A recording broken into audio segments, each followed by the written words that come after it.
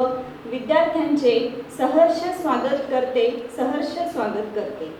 शैक्षणिक वर्ष 2025-26 मध्ये नवीन प्रवेश घेतलेल्या BEdच्या विद्यार्थ्यांसाठी कौशल्यम ओळख स्वतःची जिद्द अध्ययनाची या अंतर्गत स्टुडंट इंडक्शन प्रोग्रामचे आयोजन केलेले आहे।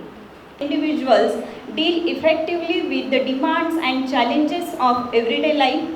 Self-awareness is the conscious knowledge of one's own character, feelings, values and strengths and weaknesses.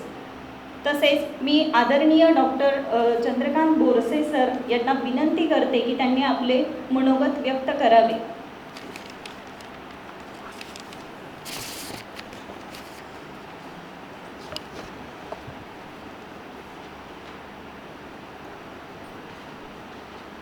आजच्या या induction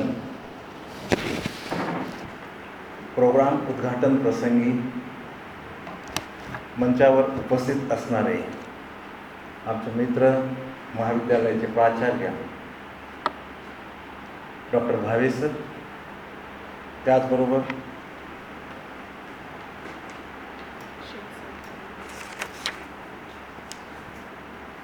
Raju Shaikh sir, पंजय madam, त्याचबरोबर इथं सर्व उपस्थित असणारे या महाविद्यालयाचे प्राध्यापक, सेवकवृंद आणि सर्व नवीन प्रवेशित त्याचबरोबर द्वितीय वर्षाचे विद्यार्थी। खरं म्हणजे हा एक आगळा वेगळा सोहळा मला प्रथमतःच BEd महाविद्यालयामध्ये पाहायला मिळतोय। ही अतिशय वाखाणण्यासारखी गोष्ट आहे। त्याबद्दल मला वाटतं प्रथम महाविद्यालयाचे प्राचार्य आणि सर्व प्राध्यापकांचं माझ्या वतीने अभिनंदन करतो। कारण इंडक्शन प्रोग्राम हा अतिशय आवश्यक आहे की ज्यामुळे विद्यार्थ्यांना संस्थेची, विद्यार्थ्यांना महाविद्यालयाची, त्याचबरोबर विद्यार्थ्यांना अभ्यासक्रमाची देखील चांगली ओळख होते। खरं म्हणजे माझं मी भाग्य समजतो की आज या महाविद्यालयामध्ये मी आलो आहे। अशी वास्तू जी आहे ती मला वाटतं सावित्रीबाई फुले पुणे विद्यापीठामध्ये कोणत्याही BEd महाविद्यालयासारखी अशी वास्तू, इतकी चांगली बिल्डिंग, इतकं चांगलं इन्फ्रास्ट्रक्चर कोणत्याही महाविद्यालयामध्ये उपलब्ध नाही। त्यामुळे मी तुमची संस्था, तुमच्या संस्थेचे सर्व संस्था चालक आणि ज्यासाठी प्रेरणा किंवा ज्यांनी प्रयत्न केले असेल ते भावे सर आणि त्यांचे सर्व सहकारी यांचं मला वाटतं खरंच मनापासून कौतुक केलं पाहिजे। जेवढं कौतुक केलं जाईल तेवढं कौतुक नक्कीच कमी आहे। कारण ज्यावेळेस मी एंट्री केली, मला वाटतं एक 8-10 वर्षापूर्वी मी आलो होतो, त्यावेळेस दुसरी बिल्डिंग होती।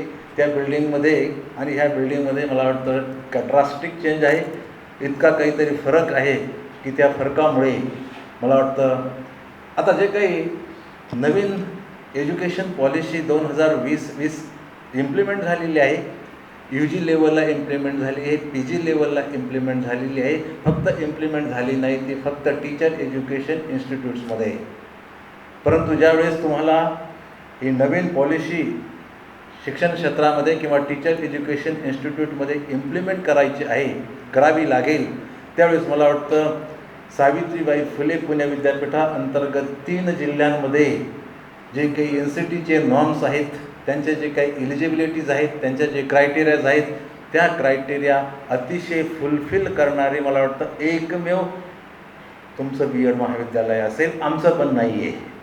आणि 2 नंबरला मला वाटतं मी दुसरं इन्फ्रास्ट्रक्चर बघितलेलं आहे, ते नाशिकमधील अशोका एज्युकेशन संस्था जी आहे, एज्युकेशन फाउंडेशन, त्या एज्युकेशन नाशिक म्हणजे अशोका BEd कॉलेज, पण त्यांच्यापेक्षाही तुमचं इन्फ्रास्ट्रक्चर आणि ह्या सगळ्या बाबी खूपच छान आहे। मला थोडक्यामध्ये सरांनी बिल्डिंगही दाखवली आणि ती बिल्डिंग पाहिल्यानंतर मी पहिला रिमार्क म्हणजे माझ्या मनामध्ये जे होतं की तुम्हाला NCT कोणत्याही प्रकारचा नकार देऊ शकत नाही। आणि ते मला वाटतं जर 2 वर्षाचं BEd आपल्याला 2030 नंतर सुरू ठेवायचं असेल तर आपल्याला 4 वर्षाचा इंटिग्रेटेड टीचर एज्युकेशन प्रोग्राम सुरू ठेवणं आवश्यक आहे।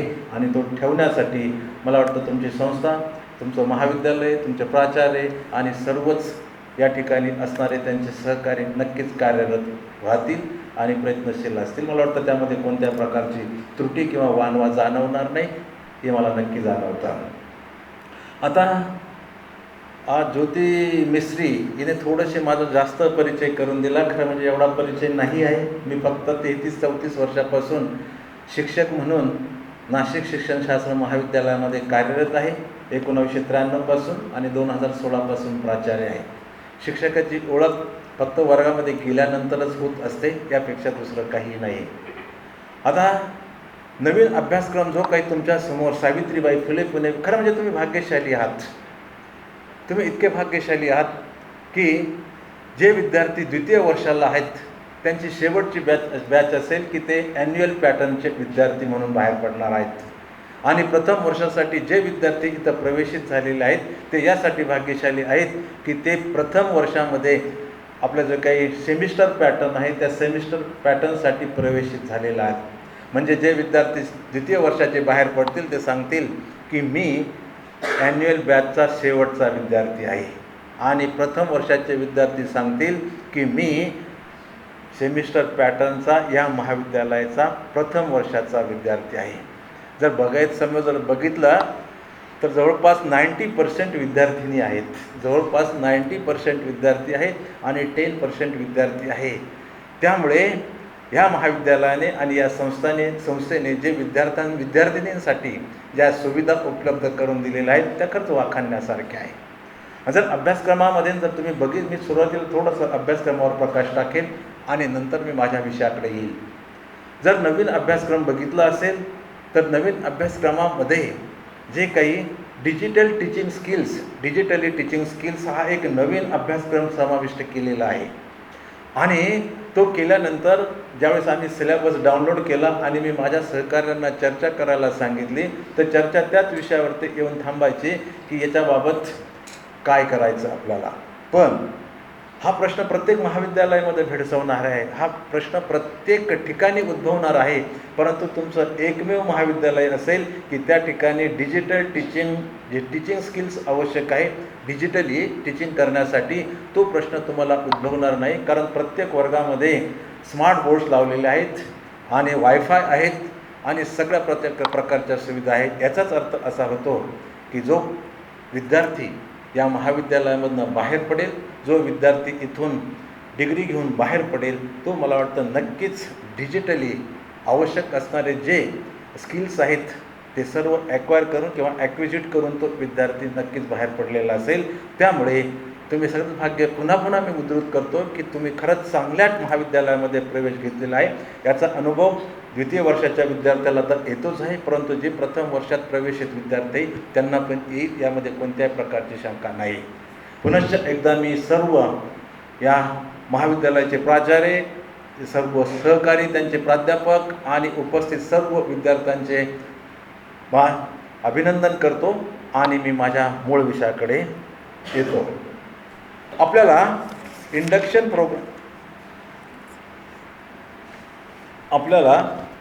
इंडक्शन प्रोग्रामसाठी विषय दिलेला आहे life skills and self awareness. आता मी लाईफ स्किल्स आणि सेल्फ अवेअरनेस ज्यावेळेस मला वाटतं मेस्त्री मॅडमचा फोन आला, सर म्हणे अशा विषयावरती बोला. म्हटलं ठीक आहे, काही हरकत नाही, आणि तो आवश्यक असणारा विद्यार्थ्यांसाठी असणारा विषय आहे.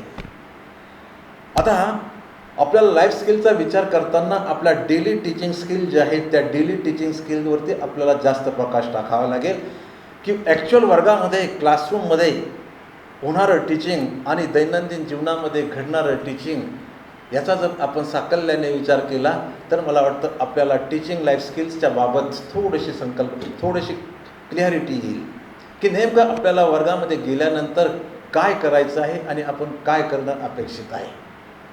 आता मी प्रथमतः असं म्हणेल की संत गाडगे बाबा आहेत, बहिणाबाई चौधरी आहेत, संत तुकडोजी महाराज आहेत, महात्मा फुले आहेत, त्याचबरोबर सावित्रीबाई फुले आहेत. या सर्व सावित्रीच्या लेखी इथं बसलेल्या आहेत, त्या त्यांच्यामुळेच आहेत.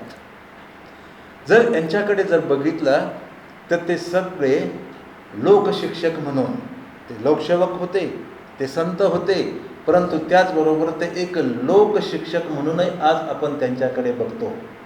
आपण ज्यावेळेस 2 वर्षाची डिग्री घेऊन बाहेर पडू त्यावेळेस आपल्याजवळ एक सर्टिफिकेट असेल की सावित्रीबाई फुले पुणे विद्यापीठाअंतर्गत आपल्या ह्या शिक्षणशास्त्र महाविद्यालयाचं नाव आता बदललेलं आहे वाटतं, शिक्षणशास्त्र महाविद्यालय संगमनेरचं आता नाव आता सरांनी सांगितलं की बदललेलं आहे, की या महाविद्यालयामधनं इतक्या ग्रेडने इतक्या मार्कांसह इतक्या CGPA सह विद्यार्थी किंवा विद्यार्थिनी उत्तीर्ण झालेले आहेत असं एक सर्टिफिकेट तुम्हाला मिळेल.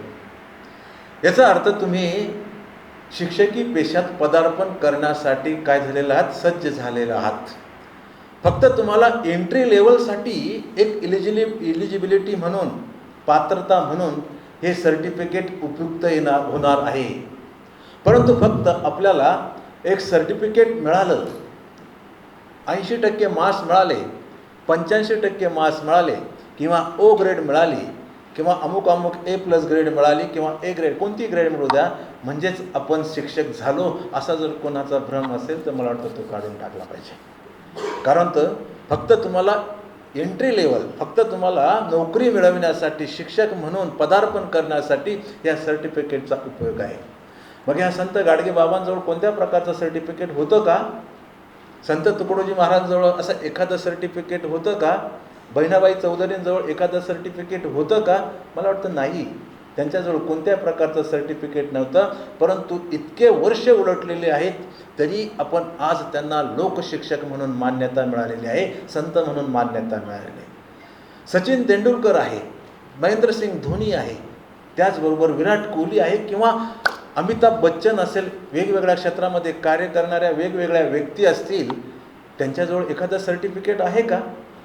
तरी देखील जेव्हा आपण ज्यावेळेस अमिताभ बच्चन बोलायला लागतात त्यावेळेस शिक्षकांपेक्षाही कसा प्रत्येक शब्द, कसा शब्दफेक केली पाहिजे, त्यांच्या अभिनयामधून असेल किंवा अन्य त्यांच्या वागण्यामधून असेल तर आपण त्यांचं अनुकरण करण्याचा प्रयत्न करतो. का अनुकरण करण्याचा प्रयत्न करतो?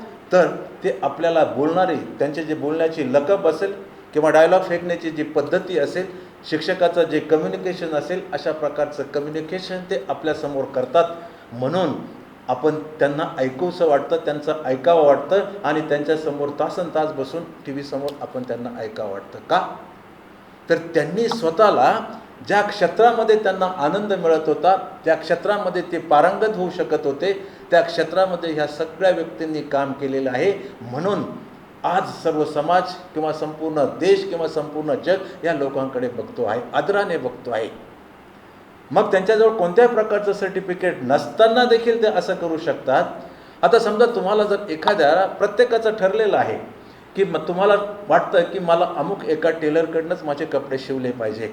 तुम्ही त्या टेलरला कधी डिग्री विचारली? त्या टेलरला कधी तुम्ही मार्क्स विचारले?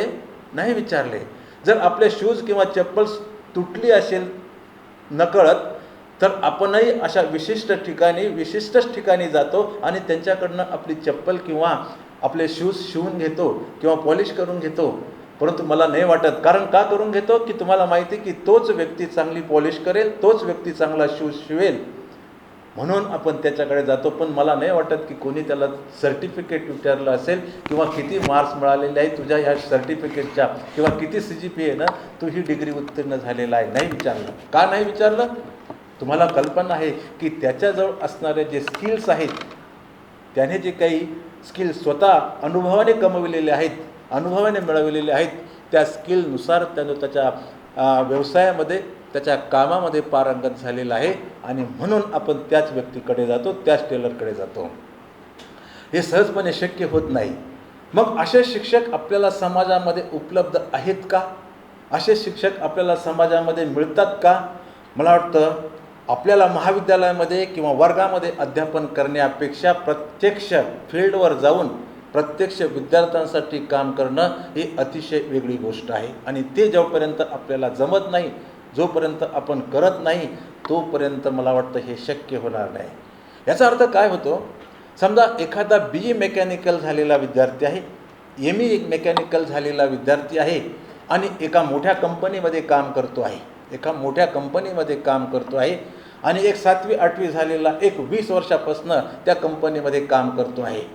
आणि जो BE मेकॅनिकल झालेला आहे किंवा ME मेकॅनिकल झालेला इंजिनियर आहे, तो इंजिनियर काय करत असेल, जर एखाद्या मशिनरी नादुरुस्त झाली, त्याचा मेंटेनन्स जर करायचं असेल, तर तो इंजिनियर त्या व्यक्तीला सांगेल आणि तो त्याच्याकडनं काम करून घेईल, परंतु आपल्या स्वतःच्या शर्टला किंवा स्वतःच्या कपड्यांना कुठेही डाग पडणार नाही याचा विचार करेल. आणि जर त्यावेळेस तिथला तो कंपनीचा मालक जर समोर उभा असेल, इंजिनियर जास्त पगार घेतो, परंतु 7वी 8वी शिकणारा जो व्यक्ती आहे, तो व्यक्ती स्वतःच ती मशीन खोलतो, स्वतःच त्या मशीनमध्ये काम करतो आणि ती कंपनी सुरू होते, की मशीन सुरू होतं आणि त्याचं प्रोडक्शन सुरू होतं. त्या कंपनीच्या मालकाला कोणाचा जास्त गर्व वाटेल?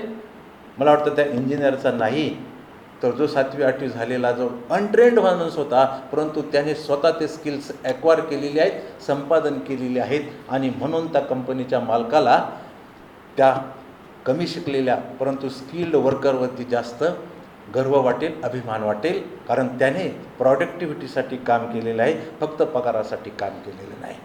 हे केव्हा शक्य आहे? हे अनुभवाने शक्य आहे. आणि जर अनुभवाने शक्य असेल तर अशा प्रकारचे शिक्षक आपल्याला अनुभवाने निर्माण करता येतात. अनुभवाने शिक्षणशास्त्र, एज्युकेशन हे जे शास्त्र आहे, हे एज्युकेशन शास्त्र असं सांगतं की तुम्ही 82% ऑलरेडी शिक्षक आहात. 82%, 100 पैकी 82% तुम्ही ऑलरेडी शिक्षक म्हणून वर्गात बसलेले आहात. 7 ते 8% जो वाटा आहे, तो 7 ते 8% वाटा आमच्यासारख्या शिक्षकांचा आहे, शिक्षणशास्त्र महाविद्यालयांचा आहे. आणि त्यानंतर 12 ते 15% वाटा हा नंतर अनुभवाने येणार आहे. म्हणजे बघा, हे जे 7-8% आपल्याला 2 वर्ष या महाविद्यालयाला द्यायचे आहेत, परंतु ज्यावेळेस तुम्ही अनुभव घ्याल, ज्यावेळेस तुम्ही बाहेर पडाल, त्यावेळेस या 2 वर्षामध्ये शिक्षणशास्त्राने, येथील महाविद्यालयाने, येथील प्राध्यापकांनी, येथील प्राचार्यांनी, या संस्थेने तुम्हाला जे काही 2 वर्ष दिलेलं असेल, ते 2 वर्ष, हे 2 वर्ष इतके महत्त्वाचे स्किल्स असतील की ते तुमचे 82% आणि उरलेले 12 ते 15% यांना ब्रिज करणारा हा कोर्स असेल, यांना ब्रिज करणारा कोर्स असेल. म्हणून हा शिक्षणशास्त्र महाविद्यालय किंवा ही BEd पदवी जी शिक्षणशास्त्र महाविद्यालयातनं दिली जाते, ही मला वाटतं अतिशय महत्त्वाची आहे. त्याशिवाय आपल्याला भविष्यामध्ये प्रभावी आणि परिणामकारक शिक्षक होता येणं अशक्य आहे. मग मी म्हणता असं म्हटलो की असं आहे. मग याचा अर्थ असा होतो की education is not only the certificates, education is not only the marks, education is not only the grades, education is not only the CGPA which will acquired in the last examination of BEd, but it is beyond the certificates. हे सर्टिफिकेटच्या पलीकडचं आहे, मार्कांच्या पलीकडचं आहे. मार्कांच्या पाठीमागे जाऊन किंवा त्याच्या पलीकडे जाऊन तुम्ही अनुभवाने आणि तुमच्या बुद्धीने किंवा तुमच्या इंटेलेक्च्युअल लेवलने जे काही अनुभव घेणार आहात, त्या अनुभवांचा दैनंदिन अध्यापनामध्ये आणि समाजामध्ये वापर करणं, याचा अर्थ काय होतो की तुम्ही खऱ्या अर्थाने चांगले शिक्षक होणार. आणि हे लाईफ स्किल्स आपल्याला आवश्यक आहेत. फक्त हा सूर्य आणि हा जयद्रथ, म्हणजे हा माझा पाठ्यक्रम आहे, हा माझा अभ्यासक्रम आहे, हा पहिला विषय आहे, हा दुसरा विषय आहे, हे प्रात्यक्षिक आहे, आणि असा 1000 मार्काचा पहिलं वर्ष आहे आणि 1000 मार्काचा दुसरं वर्ष आहे, अशा अनुषंगाने किंवा या विचाराने जर तुम्ही लोक इथं बसला असाल तर मला वाटतं चुकीचं आहे. त्याही पलीकडे जाऊन विचार करायचा आहे की मला फक्त सर्टिफिकेटसाठी का, सर्टिफिकेट्स मिळणार आहे.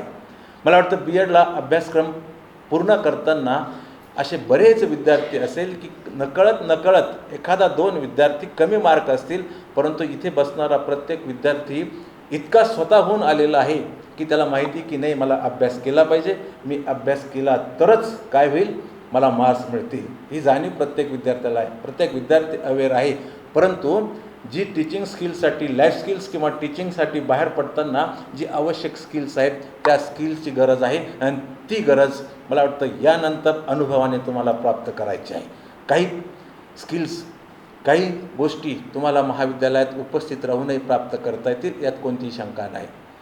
रस्त्याने जाता जाता तुम्ही 2 वर्ष या महाविद्यालयामध्ये काय करणार आहात, सराव पाठ घेताना देखील तुम्हाला समोरचा विद्यार्थी आहे, आपला सहकारी आहे, तो सहकारी कसं बोलतो, कसे प्रश्न विचारतो, कसं लेखन करतो, कसे हालचाल करतो, कोणती उदाहरणं देतो, कोणती दाखले देतो, याचं जर आपण निरीक्षण केलं आणि ते जर चांगलं असेल, मी म्हणत नाही की सगळ्या गोष्टी चांगल्या असतील, परंतु ज्या चांगल्या बाबी आहेत, ज्या चांगल्या गोष्टी आहेत, त्या जर आपण ॲक्विजिशन करण्याचा प्रयत्न केला, त्या जर आपण संपादन करण्याचा प्रयत्न केला आणि त्या आपल्यामध्ये आणण्याचा प्रयत्न केला, तर मला वाटतं खऱ्या अर्थाने शिक्षणशास्त्र तुम्हाला थोडंफार समजलं असं होईल. माणूस पेपरपेक्षा अनुभवाने जास्त शिकतो, पेपरपेक्षा अनुभवाने जास्त शिकतो. पेपरनं मार्क्स मिळतील, पण अनुभवाने संपन्न शिक्षक तयार करता येईल, अनुभवाने संपन्न शिक्षक तयार होईल. मला याच्या वाटतं म्हणजेच कोणी रस्त्याने चालताना एखाद्या गोष्टीचं निरीक्षण करा, महाविद्यालयामध्ये प्राध्यापकांचं निरीक्षण करा, महाविद्यालयामध्ये सहकाऱ्यांचं निरीक्षण करा आणि ज्या चांगल्या गोष्टी आहेत त्या चांगल्या गोष्टी घेण्याचा प्रयत्न जर केला तर मला वाटतं हे स्किल्स आहे, हे स्किल तुम्हाला जर संपादित करता आले तर याचा तुम्हाला नक्कीच भविष्यामध्ये एक चांगला शिक्षक होण्यासाठी फायदा होईल, यामध्ये कोणतीही तेव्हा मात्र शंका नाही. आता आपण जर शिक्षकाचा विचार केला, आता 2 शिक्षक सांगतो मी. एकाच महाविद्यालयामध्ये एका डिव्हिजनला एक शिक्षक शिकवतो आहे, तोच शिक्षक महाविद्यालयामध्ये दुसऱ्या डिव्हिजनला शिकवतो आहे आणि तो शिक्षक शिकवतो आहे मासा आणि मासेमारी हा टॉपिक शिकवतो आहे. एक चिनी म्हणीवर आधारित आहे हा टॉपिक. आणि एका शिक्षकाने काय सांगितलं आहे वर्गामध्ये, शिक्षकाने सांगताना की हा बघा हा मासा आहे, त्याने प्रत्यक्ष वर्गात 4-5 प्रकारचे मासे आणले आणि वर्गामध्ये शिक्षकांना प्रत्यक्ष अनुभव देतो आहे, डायरेक्ट लर्निंग एक्सपिरियन्सच देतो आहे. आणि विद्यार्थ्यांना वाटलं की बघा शिक्षकाने प्रत्यक्ष मासे वर्गामध्ये आणलेले आहे आणि ते हे माशांचे डोळे आहे, हे माशांचा हा अवयव आहे, हा माशांचा हा दुसरा अवयव आहे, माशांचा तिसरे अवयव आहे. आणि विद्यार्थी खुश झाले. त्याने डिजिटली बी काहीतरी प्रोजेक्ट केलं आणि शिकवलं, प्रत्यक्ष मासा आणला आणि ज्यावेळेस प्रश्नपत्रिकेमध्ये प्रश्न विचारला तर 5 पैकी 5 मार्क प्रत्येक विद्यार्थ्याला मिळाले, 5 पैकी 5 मार्क्स प्रत्येक विद्यार्थ्याला मिळाले. विद्यार्थी खुश झाले, शिक्षकही खुश झाला की नाही मी वर्गामध्ये इतकं चांगल्या प्रकारचं अध्यापन केलेलं आहे की माझा प्रत्येक विद्यार्थी काय करतो आहे, पैकीच्या पैकी मार्क्स मिळवतो आहे. याचा अर्थ तुम्ही मार्क्स ओरिएंटेड विद्यार्थी तयार केलेला आहे, मार्क्स ओरिएंटेड विद्यार्थी तयार केलेला आहे. दुसरा जो शिक्षक होता त्या शिक्षकाने काय केलं, त्याने त्याच्याबरोबर असणारे त्याच्या वर्गातले विद्यार्थी घेतले आणि एका तलावावर गेला, काही विद्यार्थ्यांना नदीवर घेऊन गेला, काही विद्यार्थ्याला समुद्रजवळ होता त्या समुद्राच्या किनारी घेऊन गेला आणि त्याने तिथं शिकवलं की मासेमारी कशी करायची. परंतु ज्या वेळेस त्या विद्यार्थ्याला विचारलं, वर्गामध्ये प्रश्न विचारले आणि लेखी पेपर घेतला की माशाच्या अवयवांच्या बाबत किंवा माशाचं जे स्ट्रक्चर आहे त्याबाबत तुम्ही 5 ओळीमध्ये किंवा 10 ओळीमध्ये त्याचं उत्तर लिहा. त्यापैकी एकाही विद्यार्थ्याला पैकीच्या पैकी मार्क्स मिळाले नाही. कोणाला 1 मार्क्स मिळाला, कोणाला 2 मार्क्स मिळाले, कोणाला मार्क्स नाही मिळाले, काहींनी फक्त आकृती काढण्याचा प्रयत्न केला. परंतु मला हे सांगा, ज्यावेळेस विद्यार्थी ती पदवी घेऊन किंवा त्या वर्गाच्या बाहेर पडल्यानंतर या एका शिक्षकाने काय केलं, एका दिवसाचं अन्न विद्यार्थ्यांना दिलं असं मी म्हणेल. परंतु ज्या मासेमारी शिकवणारा शिक्षक होता त्या मासेमारी शिकवणाऱ्या शिक्षकाने जर तो विद्यार्थी शाळा सोडून बाहेर पडला तर तो स्वतः समुद्रकिनारी जाईल, स्वतः नदीकिनारी जाईल आणि आयुष्यभराचं अन्न स्वतः निर्माण करू शकेल आणि स्वतः तो मिळवू शकेल. मग हा शिक्षक चांगला की हा शिक्षक चांगला हे तुम्हाला ठरवायचं आहे. एका दिवसाचं अन्न देणारा शिक्षक चांगला आहे की आयुष्यभराचं अन्न कसं मिळवायचं हे शिक्षण देणारा शिक्षक चांगला आहे, अध्ययन अनुभूती देणारा शिक्षक आहे. मला असं वाटतं की एका दिवसाचं अन्न किंवा एका दिवसाच्या अध्ययन अनुभूती देणारा शिक्षक असेल तो नक्कीच उत्कृष्ट नसेल, प्रभावी आणि परिणामकारक नसेल. परंतु जो आयुष्याची शिदोरी देण्यासाठी प्रयत्न करेल, आयुष्याची शिदोरी कशी खायची, कशी मिळवायची याचं शिक्षण देणारा शिक्षक मला वाटतं नक्कीच तो उत्कृष्ट असेल, प्रभावी आणि परिणामकारक असेल, यशस्वी असेल. मग आपल्यासमोर प्रश्न पडतो की ज्यावेळेस आपण शिक्षक म्हणून बाहेर पडू, ज्यावेळेस आपण शिक्षक म्हणून कामाला लागू किंवा आपण त्या क्षेत्रामध्ये पदार्पण करू तर आपल्यावरती जबाबदारी येते की आपल्यासमोर बसणारा विद्यार्थी ज्यावेळेस तिथून पासआउट होऊन बाहेर पडेल, तिथून बाहेर निघेल, त्यावेळेस त्याला स्वतःच्या पायावरती उभा राहता आलं पाहिजे, स्वतःसाठी काहीतरी करता आलं पाहिजे आणि जर अशा प्रकारच्या अध्ययन अनुभूती किंवा लर्निंग एक्सपिरियन्सेस जर विद्यार्थी देऊ शकत असतील, शिक्षक देऊ शकत असतील, तर मला वाटतं तो शिक्षक चांगला आहे. आणि आपल्याला ह्या गोष्टी अनुभवाने शिकता येतील. या गोष्टी तुम्हाला कोणत्याही अभ्यासक्रमामध्ये दिसणार नाही. सावित्रीबाई फुले पुणे विद्यापीठाच्या अभ्यासक्रमामध्येही आपल्याला फक्त अभ्यासक्रम दिसेल, हे शिकवायचं आहे आणि हे पाठ घ्यायचे आहे, या व्यतिरिक्त नाही. परंतु हे जे लाईफ स्किल्स आहेत, टीचिंगशी संदर्भात असणारे लाईफ स्किल्स आहे, हे तुम्हाला निरीक्षणाने निरीक्षणाने मिळवायचे आहेत. निरीक्षणाने आपल्याला विद्यार्थ्यांमध्ये इन्कल्केट करायचे आहे. आत्ताचं जे काही थोडंसं आणखी कंटेंटकडे येतो मी. कंटेंट जर म्हटलं ती कन्फ्युजिंग कंटेंट आहे आणि समाज आशय मागतो आहे, पद्धती नाही मागत आहे. आत्ताचं कंटेंट 1ली 2री पासून तर कोणत्या वर्गाचं कंटेंट असेल तर I think the content is very confusing आहे. शिक्षकांनाही कन्फ्युजिंग आहे, विद्यार्थ्यांनाही कन्फ्युजिंग आहे. आता तुम्ही सर्वांनी असा काही टॉपिक असेल की तो खरोखर समाजामध्ये जाऊन इम्प्लिमेंट करायचा आहे, खरोखर रोडवर जाऊन इम्प्लिमेंट करायचं आहे, आपल्या महाविद्यालयामध्ये इम्प्लिमेंट करायचं आहे. सुदैवाने मला जे उदाहरण मी देऊ इच्छितो तशी गोष्ट तुमच्या महाविद्यालयामध्ये दिसत नाही, चांगली गोष्ट दिसते आहे. आता वर्गामध्ये आपण स्वच्छतेचं महत्त्व शिकवतो आहे. 8वी 9वी 10वीला कुठेतरी हा टॉपिक आहे, 6वी 5वी 6वीला टॉपिक आहे स्वच्छतेचं महत्त्व, प्रथमोपचारचं महत्त्व. आणि स्वच्छतेचं महत्त्व आपण यासाठी शिकवतो की त्याला पूर्ण गुण मिळाले पाहिजे. त्यावरती प्रश्न आला तर आपल्याला त्या विद्यार्थ्याला त्यावेळेस शिक्षकाला काय वाटतं की माझ्यासमोर बसणाऱ्या माझ्या 100पैकी 90 विद्यार्थ्यांना 10पैकी 10 गुण मिळालेले आहे, म्हणजे मी स्वच्छतेचं महत्त्व अतिशय चांगल्या प्रकारे शिकवलं असं त्या शिक्षकाला वाटायला लागतो. परंतु जो शिक्षक ज्या टेबलवरती बसलेला आहे, ज्या डेस्कजवळ उभा आहे, तेच जर अस्वच्छ असेल तर त्या स्वच्छतेचं महत्त्व शिकवण्याचा फायदा काय आहे.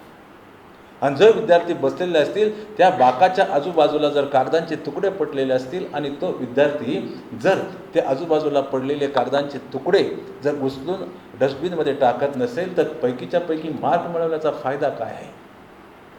हे जे लाईफ स्किल्स आहेत ना टीचिंगची संदर्भामध्ये, हे आपल्याला संपादित करायचे आहेत, हे आपल्याला मिळवायचे आहे.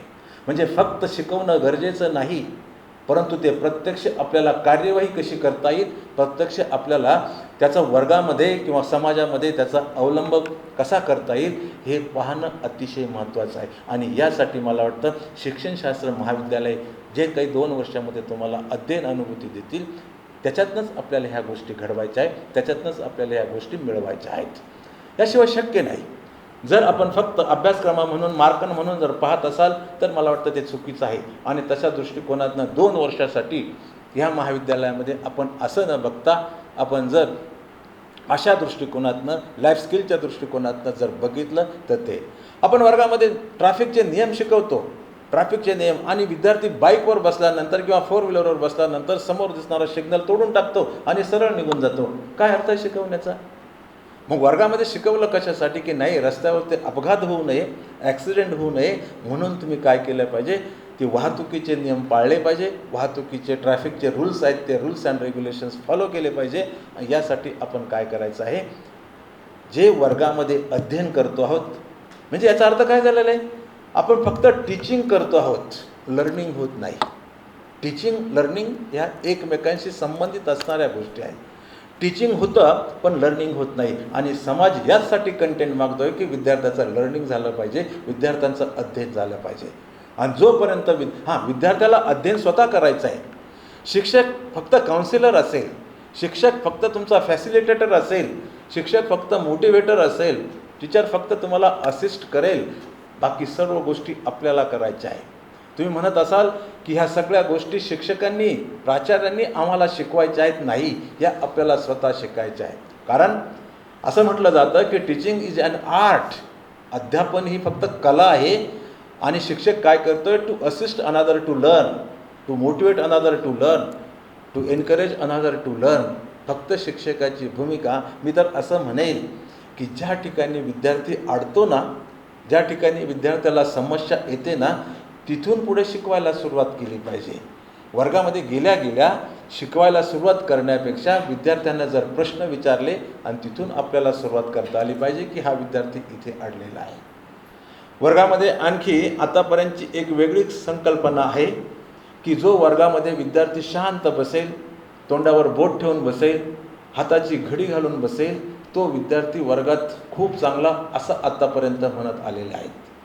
पण मला वाटतं त्या शिक्षकांनी त्याचा गौरव केल्यापेक्षा त्याला जरा डॉक्टरांकडे नेऊन तपासलं पाहिजे की हा विद्यार्थी असा का बसलेला आहे. आतापर्यंत प्रत्येक ठिकाणी मी पण तसंच वागत होतो, सगळे शिक्षक. परंतु आता वर्गामध्ये जो विद्यार्थी प्रश्न विचारेल, जो विद्यार्थी वर्गामध्ये गडबड करेल, जो विद्यार्थी वर्गामध्ये गडबड करेल याचा अर्थ असं काही नाही, शैक्षणिक अशाशी संदर्भामध्ये प्रश्न विचारेल, त्याच्यामध्ये असणारी जी जिज्ञासा आहे ती जिज्ञासा बाहेर काढेल, त्याच्यामधली असणारी जी क्रिएटिव्हिटी आहे ती क्रिएटिव्हिटी एक्सप्लोर करेल, याचाच अर्थ त्या विद्यार्थ्याला समजतं आहे की मला काय अपेक्षित आहे. नाहीतर फक्त शिक्षक सांगतोय आणि विद्यार्थी ऐकतोय, शिक्षक सांगतोय आणि विद्यार्थी ऐकतोय. मला वाटतं आता तोंडावर बोट ठेवून आणि हाताची घडी बांधून बसणारा विद्यार्थी समाजाला नको आहे, कारण तो काही करणार नाही. आतापर्यंत बघा, तुम्ही तुमच्या आजूबाजूला बघा किंवा जिल्ह्यात बघा, तालुक्यात बघा, जे पहिले दुसरे विद्यार्थी आलेले ते मायक्रोस्कोप खाली सुद्धा दिसत नाही. मायक्रोस्कोप ठेवून शोधावे लागतात की नाही रे 10वीला आलेला विद्यार्थी नाही सापडत. 12वीला आलेला विद्यार्थी त्याने डिग्री घेतली, IIT सारख्या ठिकाणी, IIM सारख्या ठिकाणी डिग्री मिळवली आणि तो दुसऱ्या देशात निघून गेलेला आहे. त्याने समाजासाठी काय केलेलं आहे. परंतु जो कमी मार्क्स मिळवलेला विद्यार्थी आहे आज तो समाजासाठी काम करतो आहे. बघा, तुमच्या आजूबाजूला असे हुशार विद्यार्थी असेल तर ते तुमच्या गावात राहिलेले नसतील, संगमनेरमध्ये राहिलेले नसतील, ते समाजामध्ये फिरलत नसतील. परंतु हे विद्यार्थी आहेत तुमच्या माझ्यासारखे, जे विद्यार्थी आता इथं शिक्षकच होण्यासाठी आलेले आहे. इथं कोणी इंजिनियर होणार नाही, कोणी डॉक्टर होणार नाही. आपल्याला समाजासाठी काम करायचं आहे. म्हणून आपल्याला समाजासाठी आवश्यक असणारे जे स्किल्स आहेत ते स्किल्स आपल्याला अनुभवाने मिळवायचे आहेत. कंटेंट कन्फ्युजिंग आहे असं मी म्हटलो. आपण वर्गामध्ये शिकतो, साधारणतः लँग्वेजचा हा प्रॉब्लेम आहे. लँग्वेजचे शिक्षक शिकवतात, पैकीची पैकी मार्क्स मिळतात, काही ना कमी अधिक मिळत असतील. विरुद्ध अर्थी शब्द आपण शिकवतो, विरुद्ध अर्थी शब्द आणि त्या विरुद्ध अर्थी दिवसला विरुद्ध शब्द रात्र, शिक्षकला विरुद्ध शब्द शिक्षिका, आईला विरुद्ध शब्द बाप किंवा वडील. त्याच्यानंतर काय असतील ते बघा. आपण खरोखर शिक्षक आणि शिक्षिका हे विरुद्ध आहेत का? आई आणि वडील हे विरुद्ध आहेत का? मालक आणि नोकर हे विरुद्ध आहेत का? नाही. आपण विद्यार्थ्यांमध्ये द्वेष भावना निर्माण करतो आहोत, एकमेकांच्या विरुद्ध द्वेष भावना निर्माण करतो आहोत. परंतु कुठेही असा उल्लेख नाही, फक्त विरुद्धार्थी शब्द लिहा. अरे असं नका सांगू ना, की तुम्ही त्यांना असं सांगा की दिवस आणि रात्र एकमेकांशी पूरक आहे, एकमेकांवरती अवलंबून आहेत. आई आणि वडील हे एकमेकांचे शत्रू तर नाहीच, ते एकमेकांची एकाच घरामध्ये असणाऱ्या रथाची 2 चाकं आहेत आणि आईने आणि वडिलांनी मिळून जर चांगलं काम केलं, चांगल्या काही गोष्टी केल्या तर एक नवीन काहीतरी चांगलं गोष्टी निर्माण होऊ शकतात. म्हणून मला वाटतं वर्गामध्ये सांगताना हे विरुद्धार्थी शब्द आहे, परंतु ते एकमेकांशी पूरक कसे आहेत हे पूरक या गोष्टी जर आपण सांगू शकलो तर मला वाटतं आपण वेगळ्या अँगलने, वेगळ्या दृष्टिकोनातनं, वेगळ्या ॲप्रोचने विद्यार्थ्यांसाठी आणि समाजासाठी काम करतो आहोत असा त्याचा अर्थ होईल. आणि कोणत्याही गोष्टीकडे विरुद्ध अर्थाने न बघता आपण ते कशा गोष्टी एकमेकांशी पूरक आहेत, या एकमेकांशी पूरक आणि आपल्याला अध्ययन अनुभूती देताना, अध्ययन प्रसंग उभे करताना अशा प्रकारे जर तुम्ही वर्गामध्ये अध्ययन प्रसंग उभे केले तर मला वाटतं ह्या गोष्टी शिकवायच्या नाही आहे. 2 वर्ष शिक्षणशास्त्र महाविद्यालयामध्ये फक्त तुम्हाला अध्यापनाच्या पद्धती शिकवल्या जातील, काही पर्स्पेक्टिव्ह शिकवले जातील की हा टॉपिक आहे, तो टॉपिक आहे, तुम्हाला कसा वर्गामध्ये अध्यापन करायचं आहे, अध्यापनाच्या पद्धती शिकवल्या जातील. परंतु ह्या सगळ्या बाबी जीवन कौशल्यांच्या अध्यापनाच्या संबंधित असणारे ह्या तुम्हाला स्वतः पुन्हा सांगतो की या स्वतः निर्माण करायच्या आहे, स्वतः संपादित करायच्या आहे. असा जो दृष्टिकोन आहे, हा दृष्टिकोन मला वाटतं आपल्याला निर्माण करता आला पाहिजे. आपल्याला विद्यार्थ्यांना शिकवता आलं पाहिजे की जिंकणं आणि पहिलं येणं यामध्ये काय फरक आहे. आता मी एखाद्या विद्यार्थ्याला प्रश्न विचारतो की जिंकणं आणि पहिलं येणं यामध्ये काय फरक आहे. मला वाटतं त्यामध्ये फरक आहे. जिंकणं आणि पहिलं येणं यामध्ये काय फरक आहे. जर जिंकणं आणि पहिलं येणं यामधला फरक जर विद्यार्थ्याला समजला तर मला वाटतं तो विद्यार्थी निश्चितच चांगला शिक्षक तयार होईल. नाहीतर मला वाटतं इथं बसणाऱ्या प्रत्येक शिक्षकाला वाटतं, तुम्हाला वाटतं की वर्गामध्ये माझा विद्यार्थी पहिला आला पाहिजे, माझी विद्यार्थिनी पहिली आली पाहिजे, माझी मुलगी पहिली आली पाहिजे, माझा मुलगा पहिला आला पाहिजे. का बरं दुसरा नको? का बरं तिसरा नको? का बरं शेवटचा नको? का बरं नको? जोपर्यंत तुम्हाला शिक्षक झाल्यानंतर विद्यार्थ्यांना सांगायचं आहे, विद्यार्थ्याला असा दृष्टिकोन निर्माण करायचा आहे की पहिलं येणं आणि जिंकणं यामध्ये फार फरक आहे. 2004चं जर ॲथेन्स ऑलिम्पिक जर विद्यार्थ्यांना, ते तर कदाचित त्यांचा जन्म नसेल, 2004च्या बऱ्याच विद्यार्थ्यांचा जन्म पण नसा. 2004चं जर तुम्ही गुगल केलं तर गुगलवरती तुमच्या लक्षात येईल. 2004चं ॲथेन्स ऑलिम्पिकमध्ये वेंडरले दी लामा हा एक धावपट्टू धावत होता. ऑलिम्पिकची गोष्ट आहे. ऑलिम्पिकमध्ये धावत होता आणि धावता धावता त्याचे जे स्पर्धक होते, त्या स्पर्धकाचे जे काही फॅन्स होते किंवा त्याचे जे मित्र होते, आणि थोडीशी सीमारेषा जवळ राहिलेली होती, आणि त्या सीमारेषा जवळ राहिल्यानंतर हा वेंडरले दी लामा हा ब्राझीलचा धावपट्टू धावता धावता एक जणाने काय केलं, त्याच्या पायाला असा आडवा पाय लावला. समाजामध्ये आडवे पाय घालणारे खूप आहेत. तसा आडवा पाय लावला, तो पडल्यानंतर तोने कोणालाही काही बोलला नाही, पुन्हा उठला आणि पळायला सुरुवात केली. जवळपास निश्चित झालं होतं की गोल्ड मेडल त्या वेंडरले दी लामाला मिळणार होता, परंतु त्याचा 3रा नंबर आला, त्याला ब्रॉन्झ मेडल मिळालं. आणि ज्याच्यासाठी त्याच्या फॅन्सने किंवा त्याच्या मित्रांनी याला पाडलं, तो प्रथम आला, त्याला गोल्ड मेडल मिळालं. परंतु याने काहीही तक्रार केली नाही. ज्याने काही असे प्रकार केले, अनुचित प्रकार केले, त्यांना त्याने विचारलं नाही, त्यांना काही दोषारोप दिलं नाही, कोणत्याही प्रकारची टीका केली नाही, टिप्पणी केली नाही. आणि संपूर्ण स्टेडियम, ॲथेन्स ऑलिम्पिकचं स्टेडियम प्रेक्षकाने खचाखच भरलेलं होतं. प्रत्येक व्यक्तीने ते बघितलं की हा का पहिला आला नाही आणि का त्याला 3रा आला, त्याला का ब्रॉन्झ मेडल मिळाला. ज्यावेळेस प्राईज डिस्ट्रीब्युशन सुरू झालं, जो गोल्ड मेडल मिळालेला जो होता, त्यावेळेस त्याला गोल्ड मेडल देताना पूर्ण स्टेडियममध्ये नॉट अ सिंगल एकाही प्रेक्षकाने त्याच्यासाठी टाळी वाजवली नाही, एकही प्रेक्षकाने त्याला अभिवादन केलं नाही. परंतु जेव्हा ब्रॉन्झ मेडल हा वेंडरले दी लामा प्राईज घेण्यासाठी आला, त्याचं मेडल घेण्यासाठी आला, तर संपूर्ण स्टेडियम त्याच्यासाठी अभिवादन करत होतं. आणि सर्व स्टेडियममध्ये उभं राहून काही मिनिटे टाळ्या वाजवत होते. आता तुम्ही मला सांगा, यामध्ये हा जिंकलेला आहे आणि हा 3रा आलेला आहे, यामध्ये जिंकलं कोण? पहिला आलेला जिंकला की 3रा आलेला जिंकला? म्हणून माझं म्हणणं आहे की जो जिंकतो तो पहिला असतोच असं नाही, पण जो पहिला असतो तो जिंकतोच असं नाही. परंतु जो पहिला येतो त्यालाही जिंकता येईल. आणि ज्यावेळेस 2016ला ब्राझीलमध्ये ऑलिम्पिक झालं, त्यावेळेस त्या ऑलिम्पिकचं सुरुवातीचं जे नेतृत्व करतात, जे मशाल घेऊन धावतात, त्याचा मान पहिला आलेल्याला नाही मिळाला, तर जो 3रा आला होता, ज्याला ब्रॉन्झ मेडल मिळालं, त्याला ती मशाल घेण्याचा मान मिळाला. याला म्हणतात जिंकणं आणि यशस्वी होणं. मला वाटतं आपण शिक्षक झाल्यानंतर आपल्या विद्यार्थ्याला सांगता आलं पाहिजे की नाही, जिंकणं आणि यशस्वी होणं यात फरक आहे. कारण समाजामध्ये इतकी स्पर्धा झालेली आहे. ज्यावेळेस माझ्या मुली आहेत आणि आपले जर पाल्य असतं, ज्यावेळेस आपण जातो आणि 4वीचा असू द्या, 2रीचा असू द्या, कोणत्या वर्गाचं जर गॅदरिंग असेल, जर आपल्या मुलाला जर पारितोषिक मिळालं, बक्षीस मिळालं, तर आपण मोठ्याने टाळ्या वाजवतो. पण शेजारच्या बाईच्या मुलीला किंवा मुलाला जर पारितोषिक मिळत असेल तर आपला हात अतिशय संकुचित होतो. का संकुचित होतो? नाही, त्याला मिळालं, माझ्या मुलीला नाही मिळालं, त्याला मिळालं, माझ्या मुलाला नाही मिळालं.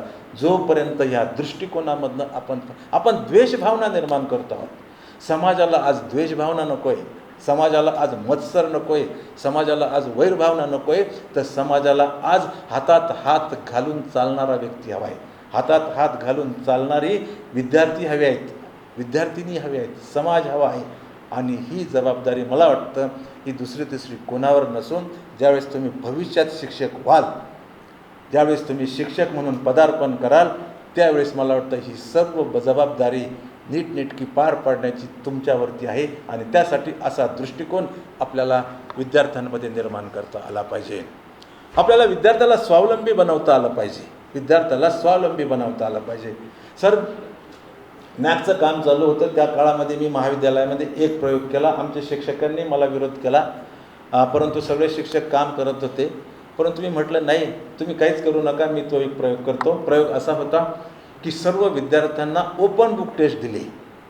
ओपन बुक टेस्ट, कारण प्राध्यापक उपलब्ध नव्हते. एक प्रश्न दिला. प्रश्न मी स्वतः तयार केला, परंतु प्रश्न हा क्रिएटिव्ह होता, ॲप्लाइड लेवलचा होता आणि आगल्या दिवशी सूचना आणि सुपरविजनला कोणीच नव्हता. एकदाच एक प्रयोग केला होता फक्त. तर आता मला वाटतं सिलेबसमध्ये आहे, बेस्ट प्रॅक्टिसेस पण आहे, तो बेस्ट प्रॅक्टिसेस पण होऊ शकतात. तर त्यामध्ये एक प्रश्न दिला, फळ्यावर लिहिला. मी स्वतः गेलो, 2 डिव्हिजन होत्या आमच्या 75-75च्या, आणि तिथे प्रश्न लिहिला फळ्यावरती. आणि आगल्याच दिवशी, पहिल्या दिवशी लायब्ररीमध्ये कधी नाही एवढी गर्दी लायब्ररीमध्ये रांग लागली की प्रत्येकाला वाटत होतं उद्या काय करायचं आहे, ओपन बुक टेस्ट द्यायचे. प्रत्येकाने पुस्तकं घेतले, काही नाही इथून आणले, काही नाही काय मोबाईलमध्ये काय असेल ते करून घे. त्यांना मोबाईलही अलाउड होता. आणि प्रश्न असा होता, 45 मिनिटाने प्रत्येक विद्यार्थी उत्तरपत्रिका घेऊन माझ्याकडे आला आणि त्यामध्ये प्रत्येक विद्यार्थी सांगू लागला की सर, मला ह्या प्रश्नाचं उत्तर देता आलं नाही, पुस्तक बरोबर होते, पुस्तक बरोबर होते. असे प्रश्न जर असतील, ॲप्लिकेशन लेवलचे असतील, ॲप्लाइड लेवलचे असतील किंवा क्रिएटिव्ह लेवलचे असतील, तर मला वाटतं तुम्हाला काय सगळे लायब्ररी काय सगळे 2-4 ग्रंथालय ओपन करून दिले ना, तरी त्या प्रश्नाचं उत्तर लिहिता आलं नाही. मग मला सांगा, वर्गामध्ये शिकवलेला आशय आणि प्रत्यक्ष समाजामध्ये इम्प्लिमेंट करणारा आशय किंवा स्वतःच्या जीवनासाठी इम्प्लिमेंट करायचा जो आशय आहे, तो आशय गेला कुठे? म्हणून तुम्हाला पुस्तकाच्या बाहेर पडावं लागेल, तुम्हाला निरीक्षण करावं लागेल, तुम्हाला समाजामध्ये घुसावं लागेल, समाजामध्ये बोलावं लागेल, विद्यार्थ्यांशी चर्चा करावी लागेल, तरच तुम्हाला काय करता येईल, अशा प्रकारचा दृष्टिकोन निर्माण करता येईल. एक शिक्षिका आहे आणि एक विद्यार्थी आहे. वर्गामध्ये 60-70 विद्यार्थी बसलेले आहेत. 100 विद्यार्थी असेल असं गृहीत धरा. आणि 5वी-6वीच्या किंवा 4थी-5वीचा विद्यार्थी आहे. शिक्षिका सांगते की तुझं हस्ताक्षर चांगलं नाही, 10 ओळी शुद्ध लेखन लिहून काढ, 10 ओळी शुद्ध लेखन लिहून काढ. सर्व विद्यार्थ्यांना सांगितलं. प्रत्येक विद्यार्थी 10 ओळी शुद्ध लेखन लिहितो आहे, पण एक विद्यार्थी असा आहे की तो शुद्ध लेखन लिहित नाही. आणि शिक्षिका ज्यावेळेस त्या विद्यार्थ्याजवळ जाते त्यावेळेस तो विद्यार्थी म्हणतो की मी नाही लिहिणार. तो काय सांगतो? मी नाही लिहिणार. तू नाही लिहिणार? मग ती शिक्षिका म्हणते की तू 20 ओळी शुद्ध लेखन लिह, की तू 20 ओळी शुद्ध लेखन लिहिलं तर तुझं हस्ताक्षर चांगलं होईल. तो म्हणतो मी नाही लिहिणार. त्याचं उत्तर काय? मी नाही लिहिणार. तू 20 ओळी लिहित नाही तर शिक्षिका म्हणते 30 ओळी लिह, 30 ओळी शुद्ध लेखन लिह. तू नाही म्हणतो म्हणून 30 ओळी लिह. तो विद्यार्थी म्हणतो मी अजिबात नाही लिहिणार. पुढचा शब्द वापरतो, मी अजिबात नाही लिहिणार. त्यानंतर तू अजिबात लिहिणार नाही, आता 50 ओळी लिह. ती शिक्षका सांगते 50 ओळी शुद्ध लेखन लिह. आता ह्या विद्यार्थ्यांपेक्षा तुझं शुद्ध लेखन चांगलं होईल. तो सांगतो मला गरज नाही, मी लिहिणार नाही. आणि ती शिक्षिका त्या विद्यार्थ्याला मारते, खूप मारते, सगळ्या विद्यार्थ्यांसमोर मारते, काठीने मारते, हाताने मारते, आईबापांवरून काही अपशब्द देखील वापरते की जे शिक्षकाने वापरायला नको. आणि मग आता म्हणते की 75 ओळी लिह. आता म्हणते 75 ओळी लिह. तो विद्यार्थी सांगतो तुम्हाला मारून टाकलं तरी मी देखील त्या 75 ओळी काय, मी 1 ओळ देखील शुद्ध लेखन लिहिणार नाही. त्यावेळेस तो विद्यार्थी त्या शिक्षिकेला सांगतो मी जर हे 10 ओळी शुद्ध लेखन, 20 ओळी शुद्ध लेखन, 25 ओळी शुद्ध लेखन किंवा 75 ओळी शुद्ध लेखन लिहिलं तर माझा बाप मला दुसरी वही घेऊन देऊ शकत नाही. माझ्या बापाजवळ इतके पैसे नाही, माझ्या आईजवळ इतके पैसे नाही की ही वही संपल्यानंतर मी तुला दुसरी वही घेऊन देऊ शकेन. आणि परिस्थिती अशी आहे की जर मी माझ्या आईवडिलांकडे जर अट्टास केला, बापाकडे जर अट्टास केला, वही पाहिजे, पुस्तक पाहिजे, पेन पाहिजे, पेन्सिल पाहिजे, रबर पाहिजे, पट्टी पाहिजे, मोजपट्टी पाहिजे, तर कदाचित माझा बाप आत्महत्या करेल. माझा बाप आत्महत्या करेल. मला माझा बाप हवा आहे, मला शुद्ध लेखन नको आहे. मला माझा बाप हवा आहे, मला हस्ताक्षर नको आहे. मग हे कुठे लिहिलेलं सापडेल का? मग त्या शिक्षिकेने त्या विद्यार्थ्याचा जो काही विद्यार्थ्याच्या जवळ असणार आहे त्याच्या सर्व आता आपण म्हणतो ना पोर्टफोलिओ आला सर, पोर्टफोलिओ आला, नवीन पोर्टफोलिओ आलेला आहे बघा. नवीन अभ्यासक्रमामध्ये एक नवीन टॉपिक आला आहे की पोर्टफोलिओ. आमच्याकडे चर्चा सुरू झाली की कोणी घ्यायचं काय करायचं. मी सांगितलं पोर्टफोलिओ मी शिकवणार आहे. झालं, पोर्टफोलिओवरती मी स्वतः एक व्याख्यान घेणार आहे असं सांगितलं त्यावेळेस. कारण पोर्टफोलिओ हे काही नवीन नाही आहे. पोर्टफोलिओ म्हणजे पूर्वी संकलित नोंदपत्रिका होती बघा. पूर्वी शाळेमध्ये संकलित नोंदपत्रक राहायचं की तो विद्यार्थी उशिरा का येतो आहे, तो विद्यार्थी गडबड का करतो आहे, तो विद्यार्थी वर्गातून निघूनच का जातो आहे, त्या वर्गाचे कपडे, त्या विद्यार्थ्याचे कपडेच का मळलेले आहे, किंवा तर इतर सगळ्या गोष्टींची नोंद डेली काय करायचे, वर्ग शिक्षक त्या विद्यार्थ्यांची नोंद करायचे. अशाच प्रकारचा पोर्टफोलिओ आहे, अशाच प्रकारचा आहे. फक्त आपल्याला जरा व्यवस्थित शब्दबद्ध करायचं आहे. बाकी पोर्टफोलिओ म्हणजे दुसरं तिसरं काही नसून आपल्या अभ्यासक्रमाशी संबंधित असणाऱ्या सगळ्या ज्या गोष्टी आहेत आपण शेवटी करतच होतो ना इव्हॅल्युएशनच्या वेळेस, मॉडरेशनच्या वेळेस, त्याच गोष्टी आपल्याला फक्त एकत्र करायच्या आहे. सांगण्याचं तात्पर्य एक आहे की त्या शिक्षिकेला शिक्षणशास्त्राचं ज्ञान नव्हतं म्हणून त्या विद्यार्थ्याला अशा प्रकारचा शुद्ध लेखन इथं इगो आडवा येतो, इथं अहंकार आडवा येतो. आपल्याला मला वाटतं आपला दृष्टिकोन असा असला पाहिजे की विद्यार्थ्याच्या प्रती कोणत्या प्रकारचा अहंकार राहणार नाही, कोणत्या प्रकारचा दृष्टिकोन आपण काय म्हणतो वेगळ्या प्रकारचा निगेटिव्ह दृष्टिकोन राहणार नाही, अशा प्रकारची काळजी घेतली पाहिजे. आणि शिक्षकाने कायम सकारात्मक असलं पाहिजे. नकारात्मक हा विषय मला वाटतं, नकारात्मक हा शब्द जर आपण आपल्या डिक्शनरीमधून डिलीट करून टाकला तर शिक्षकाला सगळ्या गोष्टी शक्य आहेत. आपल्या विद्यार्थ्याला आपल्याला स्वावलंबी बनवता आलं पाहिजे. तुम्ही म्हणाल का कसं स्वावलंबी? फार सोपं आहे. शिक्षकाला उलट विद्यार्थ्यांना स्वावलंबी बनण्यासाठी काहीच करावं लागत नाही.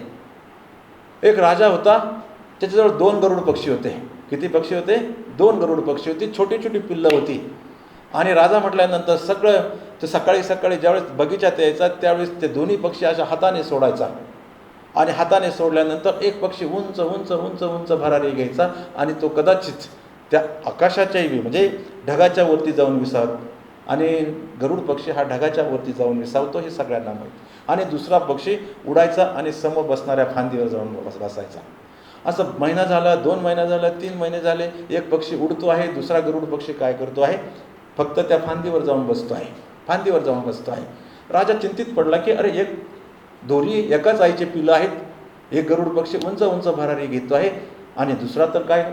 आता आपल्या घरामध्ये जर सख्खे 2 भाऊ असतील किंवा सख्खे 2 बहिणी असतील किंवा जुळे भाऊ असतील, जुळ्या बहिणी असतात, तर दोन्ही मला वाटतं सारख्या नसतील. इंडिव्हिज्युअल डिफरन्सेस आहेत, व्यक्तिभेद आहेत.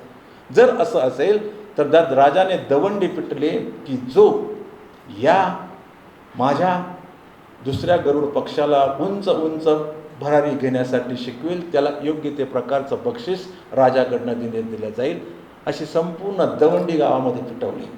आणि दवंडी गावामध्ये पिटवल्यानंतर एक शिक्षक सकाळी राजाने ते पक्षी सोडताच तो तिथेच उभा होता आणि कुणीही आलं नाही. त्यांना माहिती की राजाचं जर आपण त्या पक्षाला उडवू शकलो नाही तर कदाचित राजा आपल्याला शिक्षा देईल, राजा आपल्याला फटके मारेल, राजा काय काय करेल, हे पूर्वीच्या कथा आहेत त्या पद्धतीने होईल. आणि ज्यावेळेस राजाने असा सोडला पक्षी आणि एक जाऊन बसला फांदीवर बसला, दुसरा उंच उंच भरारी. जो शिक्षक होता ना त्या शिक्षकाच्या हातामध्ये काय होता, एक कोयता होता. काय होता? कोयता होता. तिथे उपस्थित असणाऱ्या सर्व लोकांना वाटलं की आता का तो ह्या पक्षाला मारतो की काय करतो, अशी प्रत्येकाची मनात चलबिचल झाली. त्याने काही नाही केला, गेला आणि त्या झाडाची जी फांदी होती ना ती फांदी फक्त छाटली आणि तो पक्षी उंच उंच पहिल्यापेक्षा उंच उडायला लागला. याचा अर्थ काय केलेलं? त्या शिक्षकाने फक्त फांदी तोडली, याचा अर्थ तो पक्षी उडायला लागला. स्वावलंबी बनवलं त्याला काय बनवलं? स्वावलंबी बनवलं. आपल्याला हेच करायचं आहे. आपल्या विद्यार्थ्याला आपल्याला चमच्याने खाऊ नाही घालायचं. आपल्याला विद्यार्थ्यांना स्वावलंबी बनायचे. त्या ज्या फांदीवर बसलेले ना फक्त तेवढी फांदी छाटायची आहे. विद्यार्थी आपोआप त्याचं काम करायला सुरुवात करेल. असा दृष्टिकोन, असं शिक्षण हे तुम्हाला मला नाही वाटत की कुठे पुस्तकामध्ये लिहिलेलं असेल. कुठेतरी हे आपल्याला अनुभवाने शिकायचं आहे, कुठेतरी आपल्याला अवांतर वाचनापासून हे शिकायचं आहे. आणि जोपर्यंत तुम्ही अशा प्रकारचं अध्ययन अनुभूती वर्गामध्ये देणार नाहीत तोपर्यंत मला नाही वाटत की चांगल्या प्रकारचं शिक्षक, समाजासाठी असणारे कौशल्य, समाजासाठी असणारे महत्त्वाची कौशल्य तुम्ही आत्मसात करू शकाल. ज्या वेळेस नकारात्मक दृष्टिकोन आपल्या मनात येतो ना, नकारात्मक दृष्टिकोन मनात आल्यानंतर मला नाही वाटत की आपण चांगले शिक्षक होऊ शकू. प्रत्येक गोष्टीकडे आपल्याला पॉझिटिव्हली पाहिलं पाहिजे. अंधश्रद्धा आणि श्रद्धा यामधला फरक आपल्याला लक्षात घेतला आला पाहिजे.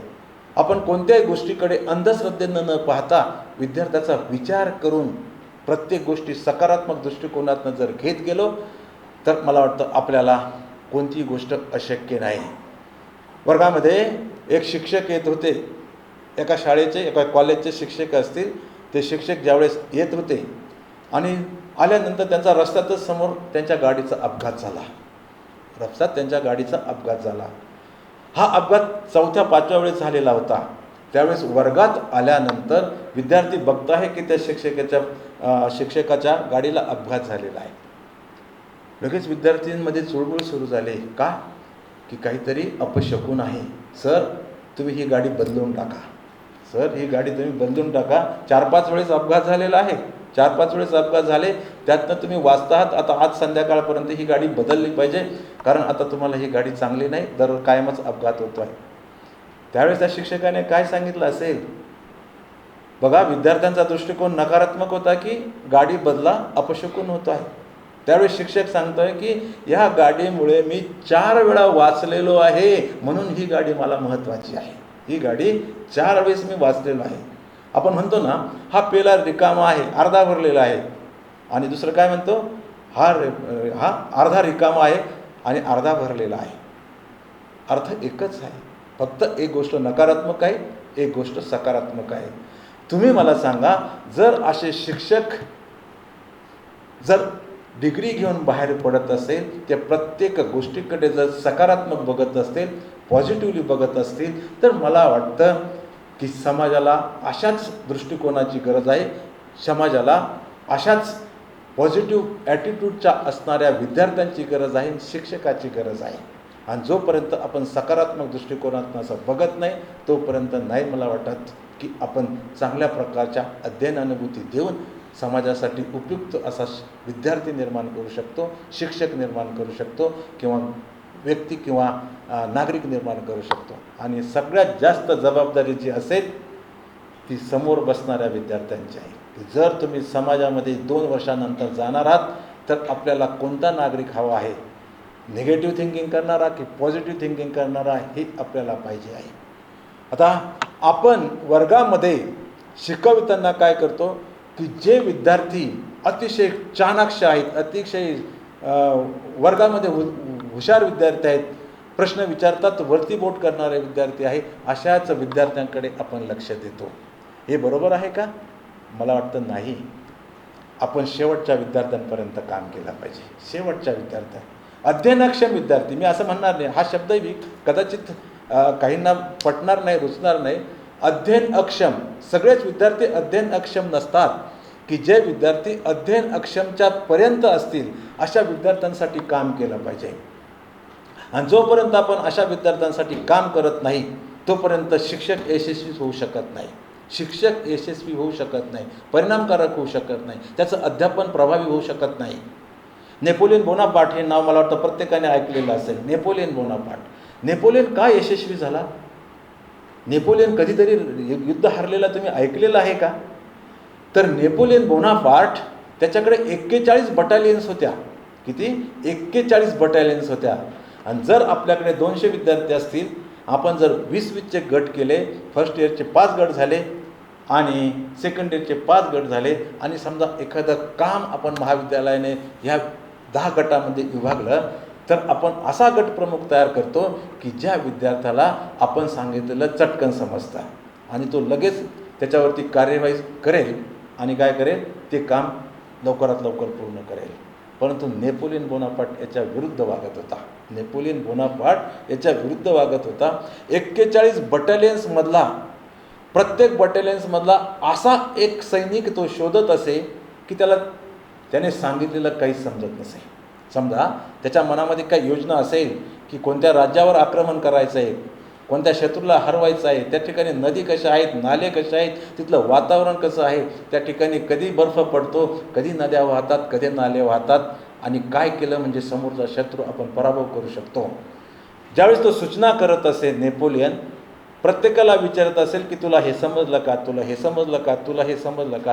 प्रत्येक बटालियनमधल्या प्रत्येक सैनिकाला विचारल्यानंतर असा एक सैनिक त्याला सापडायचा की त्याला काही समजलेलं नसायचं. अशा 41 बटालियनमधनं किती सैनिक बाजूला काढले? 41 सैनिक बाजूला काढले. आणि त्या 41 पैकी ज्याला काही समजत नाही पुन्हा त्याला प्रमुख केला. त्याला काय करायचं? प्रमुख करायचं. बघा, हुशार नाही की ज्याला काही समजत नाही असं आपण शिक्षण क्षेत्रामध्ये नेमकं याच्या विरुद्ध करतो आहोत, नेमकं याच्या विरुद्ध करतो आहोत. आणि ज्यावेळेस असं घडत असे आणि ज्यावेळेस तो नियम तयार करत असे, ज्यावेळेस काही GR पास करत असे, तो शेवटच्या व्यक्तीला जर समजत असेल तर याचाच अर्थ प्रत्येक व्यक्तीला समजत असेल, याचाच अर्थ प्रत्येक सैनिकाला समजत असेल. आणि ज्यावेळेस तो समोरच्या शत्रू सैन्यावरती तुटून पडत असेल त्यावेळेस नेपोलियनचा विजय झालेला असेल. कारण तो काय करत होता? शेवटच्या स्तरातील सैनिकापर्यंत काम करत होता. आपण नाही करत. म्हणून आपली जबाबदारी आहे की वर्गामध्ये जो कमीत कमी त्याची ग्रास्पिंग पॉवर कमी असेल, ज्याची आकलनशक्ती कमी असेल, अशा विद्यार्थ्यांसाठी आपल्याला काम करता आलं पाहिजे. आणि जर अशा विद्यार्थ्यांसाठी जर आपण काम केलं तर मला वाटतं आपण नक्कीच समाजासाठी काहीतरी काम केलं असा त्याचा अर्थ होईल, अन्यथा नाही. आणि हे कौशल्य आपल्याला आत्मसात करायचे. हे आपल्याला शिक्षणशास्त्राच्या नंतर आपल्याला डिग्री घेतल्यानंतर या गोष्टी आत्मसात करायच्या आहेत तर शक्य आहे, अन्यथा नाही. म्हणजेच आपण अध्ययन अक्षम, पूर्वी त्याला वेगळा शब्द वापरत होते, तो शब्द आपण इथं उच्चार नाही बरोबर नाही, परंतु अध्ययन अक्षम विद्यार्थ्यांसाठी आपल्याला काम करता आलं पाहिजे. हे तुम्हाला कुठे मला वाटतं चाइल्डहूड अँड ग्रोईंग अपमध्ये त्याचा थोडासा स्पर्श आहे. तुम्हाला चाइल्डहूड अँड ग्रोईंग अप हा जो सब्जेक्ट दिलेला आहे सावित्रीबाई फुले विद्यापीठाने, त्या ठिकाणी याचा कुठेतरी थोडासा पाठ्यांश आलेला आहे, पण तेवढं डेप त्यामध्ये दिलेलं नाही. म्हणून आपल्याला त्यासाठी काम करता आलं पाहिजे. खूप उदाहरणं आहेत तशी, खूप सांगता येते. आपण ज्यावेळेस शिक्षक म्हणून वर्गामध्ये उभं राहू, शिक्षक म्हणून ज्यावेळेस आपण काम करायला सुरुवात करू, त्यावेळेस आपल्याजवळ असणारा, समोर बसणारा, विद्यार्थ्यांमध्ये असणारी जी क्रिएटिव्हिटी आहे, विद्यार्थ्यांमध्ये असणारी जी सृजनशीलता आहे, ती सृजनशीलता आपल्याला ओळखता आली पाहिजे. आणि जोपर्यंत आपण विद्यार्थ्यांची सृजनशीलता ओळखत नाही, सृजनशीलता आपण पाहत नाही आणि त्याला आपण इन्कल्केट करत नाही किंवा त्याला आपण चालना देत नाही किंवा त्याला संधी देत नाही, तोपर्यंत मला नाही वाटत की विद्यार्थी क्रिएटिव्ह होईल. आणि ही क्रिएटिव्हिटीची संधी देण्याचं काम कोणाचं आहे तर मला वाटतं आपलं आहे, शिक्षकाचं आहे. भविष्यामध्ये आता आमचे काही 10 गेले, 5 राहिले, थोडं राहिलेले आमचे सगळ्यांचे, इथे बसलेल्यांचे बरेच सर्व्हिस बाकी आहेत, अजून सरांच्याही खूप सर्व्हिस बाकी आहे.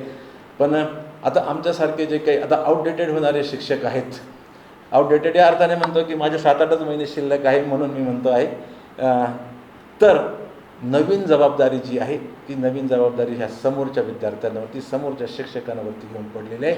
आपल्याला विद्यार्थ्यांमध्ये असणारी क्रिएटिव्हिटी इन्कल्केट करता आली पाहिजे, इन्कल्केट करता आली पाहिजे. त्याला आपल्याला चालना देता आली पाहिजे, त्याला आपल्याला संधी देता आली पाहिजे. तुम्हाला तुमच्या परिचयाचं एक उदाहरण आहे. कदाचित तुम्ही तिथं जाऊन आलेला असाल, त्याचा फक्त थोडक्यामध्ये एक परामर्श तुमच्या समोर घेतो की शिक्षक ॲज अ टीचर म्हणून शिक्षकाचा रोल काय आहे, शिक्षकाच्या अंगी कसं कौशल्य असलं पाहिजे की तो त्यामधली जी काही क्रिएटिव्हिटी आहे ती इनबॉर्न क्रिएटिव्हिटी कसा तो एक्सप्लोर करू शकेल, कसे तो एक्सपांड करू शकेल, कसं त्याचं एक्सप्लोजन करू शकेल. एक व्यक्ती होता, तो ज्या ठिकाणी नोकरीला इंटरव्ह्यूसाठी जायचा, नाव मी शेवटी सांगतो, प्रत्येकाच्या परिचय, इथं एकही व्यक्ती नसेल की त्याला ते नाव परिचित नसेल, हे नक्कीच. एक व्यक्ती तो नोकरीला जायचा आणि इंटरव्ह्यूला गेल्यानंतर तो मुलाखतीला तो फक्त सांगायचा, I am a creative director.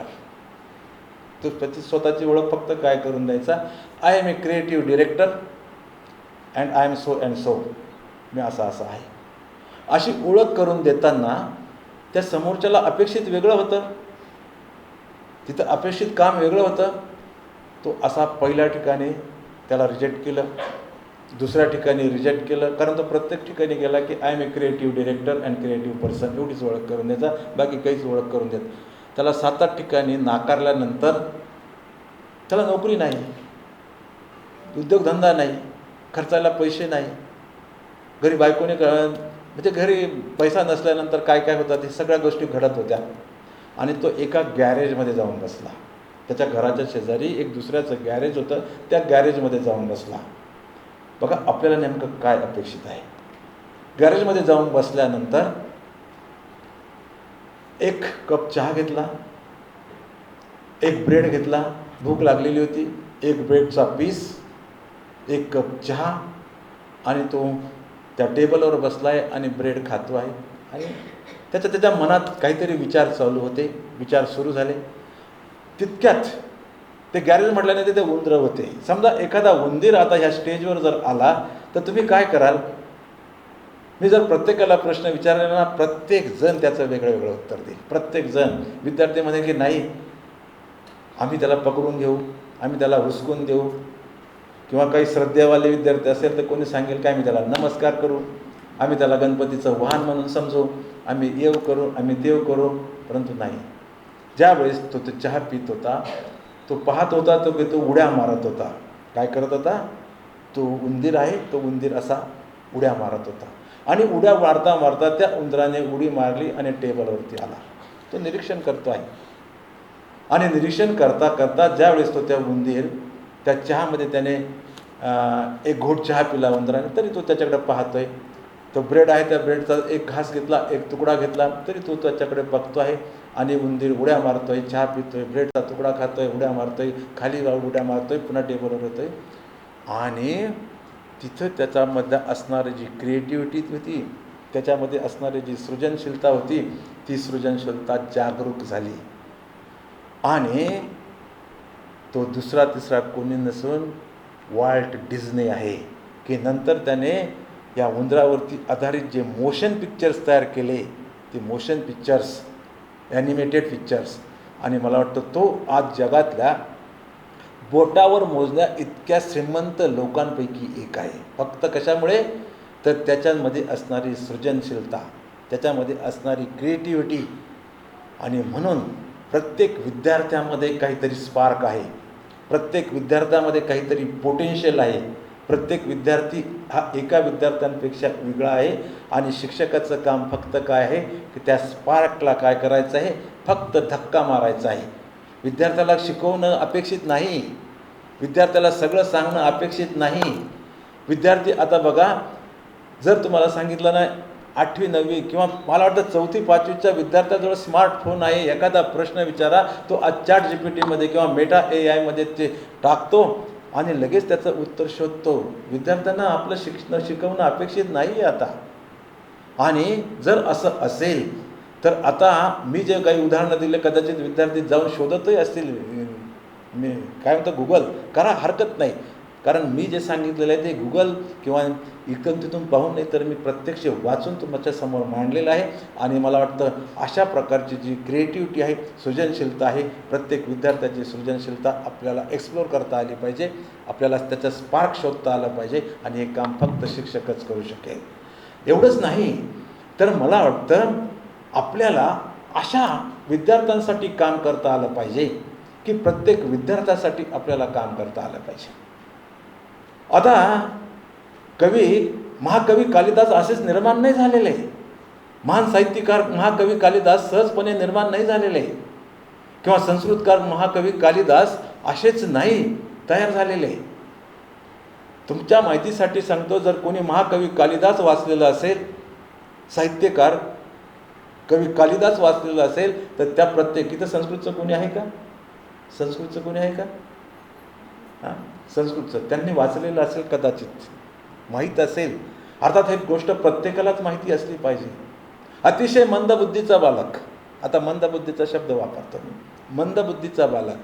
आता समजा रस्त्यामध्ये जाताना हे झाड आहे समोर, आणि ते झाडाची एक फांदी कापायची आहे, त्या झाडाची एक फांदी कापायची आहे. इथं बसणाऱ्या प्रत्येकाला सांगितलं की ती झाडाची फांदी, तुझ्याजवळ हा काहीतरी कोयता आहे किंवा कुऱ्हाड आहे, जाय आणि ती फांदी काप. तर तुम्ही ज्या फांदीवर बसणार त्याच फांदीवर बसून ती फांदी कापणार का? नाही.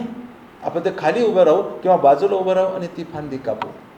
परंतु महाकवी कालिदास ज्यावेळेस मंदबुद्धीचे बालक होते, त्यावेळेस एक व्यक्ती रस्त्याने जाता जाता पाहत होता की त्या फांदीवर बसूनच ती फांदी कापत होता. म्हणजे समजा ही फांदी कापायची, या फांदीवर बसलं आहे आणि ही फांदी तो छाटतो आहे, ही फांदी कापतो आहे. परिणाम काय झाला असता? तो खाली पडला असता. अशा व्यक्तीला ज्या वेळेस सांगितलं की जोपर्यंत तू चांगला व्यक्ती म्हणून परत येत नाही, चांगला माणूस म्हणून परत येत नाही, तोपर्यंत तू मला तुझं तोंड दाखवायचं नाही. आणि तो खरोखरच गेला. त्याने तपश्चर्या केली, अभ्यास केला, अध्ययन केलं, स्वतःमधली क्रिएटिव्हिटी बाहेर काढली. आणि ज्यावेळेस काही वर्षाने परत आला तर तो मंदबुद्धी बालक नाही, तर तो महाकवी कालिदास म्हणून परत आला. महाकवी कालिदास म्हणून परत आला. जर मंदबुद्धी बालक जर महाकवी कालिदास म्हणून परत येत असेल आणि आज आपण त्याचं वाचन म्हणून जर त्याचे संदर्भ साहित्य म्हणून उदाहरणे आणि दाखलांचा वापर करत असं, तर मला वाटतं आपल्याला प्रत्येक विद्यार्थ्यामध्ये महाकवी कालिदासापेक्षाही वेगळा विद्यार्थी दिसायला पाहिजे. आणि ही दृष्टी, हा ॲप्रोच, हा दृष्टिकोन जोपर्यंत आपल्यामध्ये निर्माण होत नाही, जोपर्यंत आपण तशा दृष्टिकोनातून पाहत नाही, तोपर्यंत मला वाटतं समाजामध्ये असणाऱ्या जी चांगल्या बाबी आहेत त्या चांगल्या बाबी आपल्याला पाहायला मिळणार नाही. आणि त्याच चांगल्या बाबी जर निर्माण झाल्या तर देशामध्ये जे वैरभावनेची किंवा जे वेगवेगळे प्रॉब्लेम्स, वेगवेगळे इश्यूज क्रिएट होत आहे. आता आपल्या महाराष्ट्रामध्ये काय इश्यूज चाललेले आहे. जर आपल्याला जर अशा पद्धतीचं शिक्षण, अशा पद्धतीचे अध्ययन अनुभूती जर वर्गात दिलेले असते तर मला वाटतं महाराष्ट्र काय कोणत्याच राज्यामध्ये, कोणत्याच देशामध्ये अशा प्रकारचे प्रश्न उद्भवले नसते. हे फक्त जर प्रश्न निर्माण झाले असेल तर चुकीच्या मार्गाने शिकवण्याच्या ज्या पद्धती असतील त्या चुकीच्या मार्गाने शिकवणाऱ्या पद्धतीमुळे असे प्रश्न निर्माण झालेले आहेत. आपल्याला वर्गामध्ये शिकवता आलं पाहिजे की वडीलधाऱ्या माणसांचा सन्मान करता आला पाहिजे. आता सर नाशिकमध्ये मी जेव्हा बघतो ना तर असे अनेक विद्यार्थी दिसतात. आमच्या कॅम्पसमध्ये एक मोठा हायस्कूल आहे की ज्या हायस्कूलमध्ये साधारणतः 7-8 हजार विद्यार्थी दररोज असतात. 7-8 हजार विद्यार्थी आहेत. जवळपास 250-300चा स्टाफ आहे त्या हायस्कूलचा. आणि दररोज भांडणं करताना विद्यार्थी दिसतात. दररोज पालक येतात. दररोज काहीतरी सर्व CCTV बसवलेले आहेत. परंतु तरी देखील ते भांडणं मिटत नाही. तरी देखील काहीतरी चालतेच आहे. हे कशामुळे झालेलं आहे? या चुकीच्या शिक्षण पद्धतीमुळे झालेलं आहे. वर्गामध्ये मला वाटतं आपल्याला त्याच्याकडे लक्ष देण्याची गरज आहे. जोपर्यंत आपण त्याच्याकडे लक्ष देत नाही तोपर्यंत मला वाटतं ते शक्य होणार नाही. आपल्याला प्रत्येक गोष्टीकडे वेगळ्या नजरेने पाहिलं पाहिजे, प्रत्येक गोष्टीकडे वेगळ्या बाजूने पाहिलं पाहिजे. आता जर असं म्हटलं तर समजा एक विद्यार्थी आहे आणि आता प्रत्येकाला असं वाटतं की नाही माझ्याजवळ अध्यापनाशी निगडीत स्किल असलं पाहिजे, माझ्याशी अध्यापनाशी निगडीत सगळे कौशल्य असले पाहिजे, ते मला ह्या 2 वर्षामध्ये आत्मसात करायचे आहे. प्रत्येक क्षेत्रामध्ये असंच आहे. एक मोठं ऑर्गनायझेशन आहे, एक मोठी कंपनी आहे. आता आपण सुद्धा जर विचार केला तर एज्युकेशन हे एक स्वतंत्र सेक्टर आहे. जसं आपण म्हणतो का इंडस्ट्रियल सेक्टर आहे, कॉर्पोरेट सेक्टर आहे, तसं आपल्याला याकडे देखील एक एज्युकेशन सेक्टर या दृष्टिकोनातून पाहायला पाहिजे. इथं बसणारा प्रत्येक विद्यार्थी फी देऊन आलेला आहे, प्रत्येक विद्यार्थी पे देऊन आलेला आहे, प्रत्येक विद्यार्थी पैसे देऊन आलेला आहे. याचाच अर्थ आपण या विद्यार्थ्याकडे कस्टमर म्हणून बघितलं पाहिजे. काय पाहिजे? विद्यार्थी आहेच, पण जोपर्यंत आपण त्याला प्रोफेशनलचा टच देत नाही तोपर्यंत ह्या गोष्टी निर्माण होणार नाही. मध्यंतरी जर कोणी वाचलं असेल तर अशी गोष्ट होती की अर्थात ती UKची होती, युनायटेड किंगडममधली गोष्ट होती की त्या शिक्षकाने काय केलं, प्रोफेशनल कोर्सेस होता, ChatGPTमध्ये गेला, नवीन टॉपिक असेल, नवीन अभ्यासक्रम बदलला असेल, त्या शिक्षकाने काय केलं, ChatGPTमध्ये PowerPoint प्रेझेंटेशन तयार केलं आणि वर्गामध्ये जाऊन शिकून आला आणि हे माझं स्वतःचं आहे असं सांगितलं. फार दिवस नाही, एखादा महिना झाला असेल, पेपरला मोठी बातमी आलेली आहे. अर्थात इंडियन एक्सप्रेसला इंग्रजीमध्ये आलेली बातमी होती, इंडियन एक्सप्रेसला आलेली. त्या समोर बसणाऱ्या विद्यार्थ्यांनी काय करावं, त्यांनी कोर्टात केस टाकली.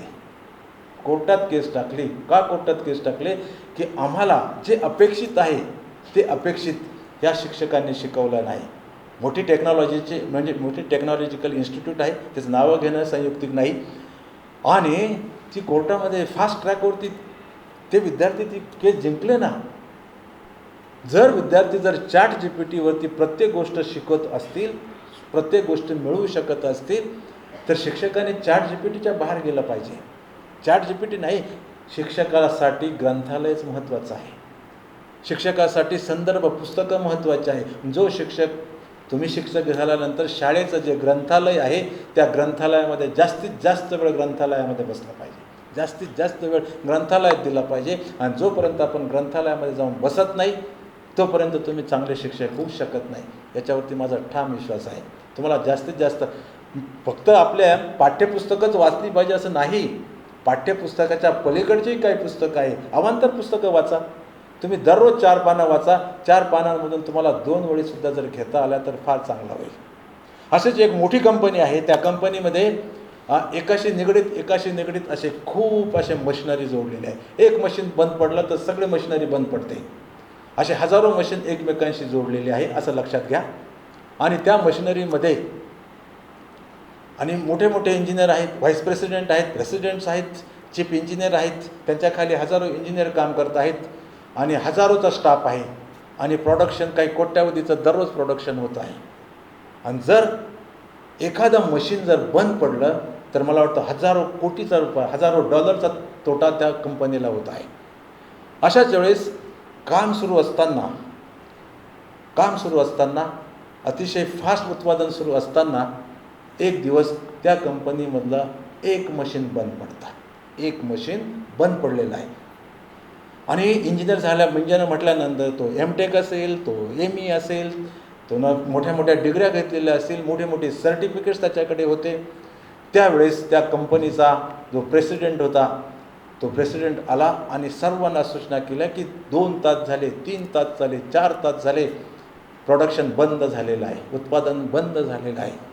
सगळे इंजिनियर कामाला लागले. आणि या कोणत्या मशीनमध्ये फॉल्ट आहे, कोणतं मशीन नादुरुस्त झालेलं आहे. जर ते मशीन दुरुस्त केलं तर लगेच एकमेकावर अवलंबून असलेले लॅनमध्ये असणारे मशिनरी सुरू होईल आणि आपलं उत्पादन पुन्हा सुरू होईल. 4 तासापासून मोठे मोठे इंजिनियर काहीच समजेना, काहीच कळेना. एका इंजिनियरला लक्षात येईना की नेमकं या कोणत्या मशिनरीमध्ये, कोणत्या मशीनमध्ये नेमका काय त्रुटी आहे, काय फॉल्ट आहे. हा इंजिनियर, तो इंजिनियर, ज्यावेळेस ते मालक आले, ते प्रेसिडेंट आले, त्यांनी सांगितलं की मी तुम्हाला इतका पगार देतो आहे, तुम्हाला इतका पगार मोजतो, हे हजारो लोक काम करत आहे, तुम्हाला याचा का म्हणून तुम्हाला ह्याचा शोध घेता येत नाही. 1 दिवस झाला, 2 दिवस झाला, एकाला त्याच्यातला फॉल्ट समजेना. शेवटी त्या प्रेसिडेंटने किंवा त्या मालकाने ठरवलं की शेजारच्या गावामधनं एक अनुभवी व्यक्ती बोलवायचा. एक अनुभवी त्यांनी कॉल केला, आला. त्याने काही नाही केलं. सगळे कर्मचारी, सगळे वर्कर, इंजिनियर, सगळे मॅनेजमेंटचे लोक त्या ठिकाणी असताना तो फक्त असा फिरत गेला की 1500 जी मशिनरी होती त्या मशिनरी फिरून 1-2 तास फिरला आणि तिथे उपस्थित असणाऱ्या चीफ इंजिनियरला सांगितलं की एक हातोडा द्या मला. काय द्या? एक हातोडा द्या.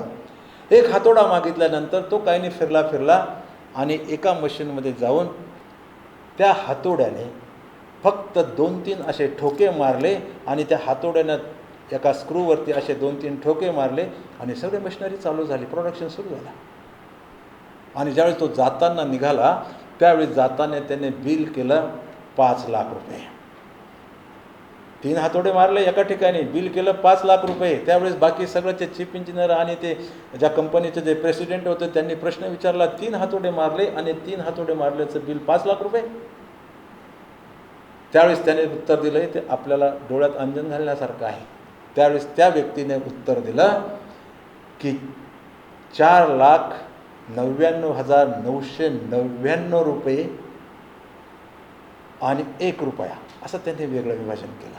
बघा, 4,99,999 रुपये आणि 1 रुपये. 1 रुपया मी कोणत्या ठिकाणी 1 रुपया मी मागितला आहे, तो 1 रुपया आहे, तो 1 रुपया हातोडा मारण्याचं बिल आहे. 1 रुपया हातोडा मारण्याचं बिल आहे आणि 4,99,999 रुपये कुठे हातोडा मारायचं त्याचं बिल आहे. कुठे हातोडा मारायचं त्याचं बिल आहे. याचा अर्थ त्या व्यक्तीजवळ असणारे जे स्किल्स होते, त्या व्यक्तीजवळ असणारे जी आपण काय म्हणतो कौशल्य होती, ती कौशल्य इंजिनियरजवळ नव्हती. ती कौशल्य सर्टिफिकेट घेऊन असणाऱ्या इंजिनियरजवळ नव्हते. कोणत्या इंजिनियर? म्हणून आपल्याला सुद्धा वर्गामध्ये असताना विद्यार्थ्याच्या कोणत्या ठिकाणी हातोडा म्हणजे खरोखर हातोडा नाही घ्यायचा, आपल्याला शाब्दिक हातोडा मारायचा आहे की आपल्याला कोणत्या ठिकाणी विद्यार्थ्याला हातोडा मारता आला पाहिजे, कोणत्या ठिकाणी विद्यार्थ्याला आपल्याला सांगता आलं पाहिजे, समजून सांगता आलं पाहिजे. अशा प्रकारची कौशल्य, अशा प्रकारची अध्ययनाशी निगडीत असणारी कौशल्ये, अशा प्रकारची अध्यापनाशी निगडीत असणारी कौशल्ये की जे त्या शिक्षकाच्या विद्यार्थ्याशी संबंधित असतील. आपण काय करतो, आपण फक्त शिक्षकासाठी असणाऱ्या गोष्टी बघतो, आपण विद्यार्थ्यांसाठी आवश्यक असणाऱ्या गोष्टी बघत नाही. आपल्याला विद्यार्थ्यांसाठी आवश्यक असणाऱ्या गोष्टी बघितल्या आल्या पाहिजे. आपल्याला खरं म्हणजे समाजामध्ये अनेक घटना घडत आहेत, तुम्ही वाचताय, तुम्ही पाहत आहेत की समाजामध्ये चित्र फार विदारक आहे. आज आईवडिलांना होत नाही, वडील बापाला होत नाही, मुलगा मुलीला होत नाही, किंवा मुलगा आईबापाला होत नाही. असे थोडेसे उदाहरण आहेत. समाज फार वाईट आहे असं मी म्हणणार नाही. काहीतरी 1% किंवा 0.5% व्यक्ती अशा आहेत की त्या समाजामध्ये वेगवेगळ्या प्रकारच्या कृती करतात. त्यांच्यासाठी आपल्याला काम करता आलं पाहिजे. समाजामध्ये चांगल्या लोकांचा भरणा खूप आहे, कमी लोकांचा भरणा कमीच आहे अशा लोकांचा, परंतु त्या लोकांसाठी आपल्याला काम जर करता आलं तर ते काम फक्त आपण शिक्षक म्हणून करू. आणि वर्गामध्ये अशा पद्धतीच्या अध्ययन अनुभूती आपल्याला जर देता आला तर मला वाटतं खरंच तो विद्यार्थी जीवनासाठी, समाजासाठी, देशासाठी आवश्यक असणारी जे स्किल्स आहे ना, ती स्किल्स नक्कीच आपण. चीनचं उदाहरण देता येईल. चीननं मोठी भिंत बांधली, चीनची भिंत म्हणतो आपण नाही, पण त्यांना सैन्याचं जे काही चारित्र्य आहे ते चारित्र्य नाही निर्माण करता आलं. आपल्या भारतामध्ये नाही आहे एवढ्या व्यवस्था त्यांच्या तुलनेने, अमेरिकन त्यांच्या तुलनेने, परंतु आपण प्राचीन काळापासून आपल्या सैन्यांचं जे चारित्र्य आहे, सैन्यांची जी काही डिव्होशन आहे, त्यांचं जे सॅक्रिफिकेशन आहे, ते सॅक्रिफिकेशन आपण खूप चांगल्या प्रकारे बांधू शकलो, म्हणून आज आपण प्रत्येक ठिकाणी आघाडीवर आहोत. आत्ता सिंदूर झालेला आहे बघा. त्या सिंदूरचं जर आपण उदाहरण जर घेतलं तर सिंदूर, जो देश किंवा जो समाज जुने हत्यारं वापरतो, जुनं आयुध वापरतो, तो कधीच जिंकू शकत नाही, तो कधीच जिंकू शकत नाही. म्हणून शिक्षकाने सुद्धा जे जुनं आयुध आहे, जुने हत्यारं आहेत, खडू आणि फळा, मला वाटतं गरजेचं आहे, परंतु हे जुने आयुध आता थोडी बाजूला ठेवलेले आहे. आणि त्या दृष्टिकोनातनं तुमच्या संस्थेने प्रत्येक वर्गामध्ये आता स्मार्ट बोर्ड बनवलेला आहे. या नवीन आयुधांची गरज आहे. आपण सिंदूर जे जिंकलो ना, ते सिंदूर याचमुळे जिंकलो की आपण वापरणारी जी टेक्नॉलॉजी होती ती आउटडेटेड नव्हती, तर ती नवीन टेक्नॉलॉजी होती. आणि अशीच टेक्नॉलॉजी आपल्याला ह्याच्यासाठी, शिक्षण क्षेत्रासाठी जर वापरता आली, तुम्ही वापरणारच आहात, तर मला वाटतं चांगला समाज तयार होईल, चांगले शिक्षक तयार होईल. शिक्षकाला स्वतःला धनुष्य होता आलं पाहिजे आणि विद्यार्थ्याला बाण म्हणून आपण ट्रीट केलं पाहिजे. बघा, शिक्षकाला स्वतः धनुष्य होता आलं पाहिजे आणि आपण माझ्यासमोर बसणारा माझा विद्यार्थी हा एक बाण आहे असं म्हणून जर ट्रीट केलं आणि असं म्हणून जर वागलं तर मला वाटतं प्रगती फार अवघड नाही आहे. कारण काय होतं, धनुष्याला त्या बाणाला असं काही ताणावं लागतं की जर आपण जितका ताणू तितका तो बाण जोरात पुढे निघून जाईल. आणि जर आपण आपल्या विद्यार्थ्यांना इतकं जोरात ताणा म्हणजे वडा नाही, ताणायचा अर्थ अशा अध्ययन अनुभूती द्या, असं काही शिकवा की तो बाण जितका सुसाट जाईल तितका तो काय झाला पाहिजे, त्याची प्रगती झाली पाहिजे. प्रगती फक्त 2च व्यक्तींना आवडते, एक स्वतःचे आईवडील असतील आणि एक स्वतःचे शिक्षक असतील. सख्या भावाला सुद्धा बहिणीची प्रगती सहन होत नाही, सख्या बहिणीला सुद्धा सख्या बहिणीची प्रगती सहन होत नाही, चुलत भाऊ तर लय दूरचा आहे. जर तुमची प्रगती जर अशी होईल की ते फक्त शिक्षक असतील आणि तुमचे आईवडील असतील यांनाच, म्हणून अशा प्रकारचं इन्कल्केशन आपल्याला काय करता आलं पाहिजे, वर्गामध्ये आपल्याला विद्यार्थ्यांमध्ये पर्क्युलेट करता आलं पाहिजे, विद्यार्थ्यांना सांगता आलं पाहिजे, विद्यार्थ्यांमध्ये निर्माण करता आलं पाहिजे. शेवटी मी असंच म्हणेल की जर एखादं वडाचं झाड असेल ना, त्या वडाच्या झाडाला एखादी शेळी येऊ द्या, त्याचा गोंडा कापून म्हणजे खाऊन टाकेल आणि ते झाडाची वाढ होणार नाही, त्या झाडाची वाढ होणार नाही. तसंच विद्यार्थ्याचं देखील आहे. जर शेजारी दुसरं झाड असेल, त्याला जर आपण कुंपण घातलं तर ते झाड उंच होईल, त्याचं वटवृक्षामध्ये रूपांतर होईल आणि त्याची मुळं जी आहेत ना, ती मुळं खोलवर जातील. त्या वडाचा वटवृक्षामध्ये रूपांतर झालं असेल आणि दुसरं खुटून गेलेलं असेल. आपल्याला विद्यार्थ्यांसाठी देखील कुंपण घालण्याचं आहे. शिक्षकाचं काम फक्त कुंपण घालण्याचं आहे, त्याला पाणी घालण्याचं आहे, बाकी दुसरं काही नाही. तुम्ही फक्त पाणी घालणं याचा अर्थ तुम्ही चांगलं शिकवणं, तुम्ही चांगल्या अध्ययनमती देणं, तुम्ही चांगले अध्ययन प्रसंग उभं करणं, डायरेक्ट एक्सपिरियन्सेस देणं हे अपेक्षित आहे.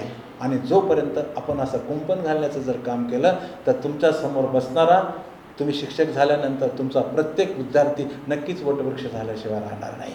आणि मला वाटतं ते एक सुपीक लँड आहे, एक फर्टाईल लँड आहे. प्रत्येक विद्यार्थी हा एक फर्टाईल लँड आहे. जर सुपीक जमीन असेल तर आपलं काम काय, फक्त त्याला खत घालणं, पाणी घालणं, त्यामध्ये असणारं पीक जे आहे ते पीक आपोआप मोठं होतं. तसंच आपल्यासमोर बसणारा प्रत्येक विद्यार्थी हा एक फर्टाईल लँडमधला एक काय आहे, एक वनस्पती आहे. आणि त्याला तुम्ही जेवढं चांगलं पाणी घालाल, जेवढं चांगलं खत पाणी घालाल, तर मला वाटतं तो विद्यार्थी, तो शिक्षक मला वाटतं नक्कीच स्वतःचा विचार न करता इतरांचा विचार करणारा विद्यार्थी तयार होईल. आणि हे मला वाटतं करता आलं आहे. आपल्याला डोंबाराच्या भूमिकेमधनं काम करता आलं पाहिजे. बघा कशाची मग भूमिका देतो शिक्षकाला, आपल्याला स्वतःला डोंबाराच्या भूमिकेतनं काम करता आले. आणि जो शिक्षक डोंबारी म्हणून काम करेल ना, तो शिक्षक यशस्वी होईल.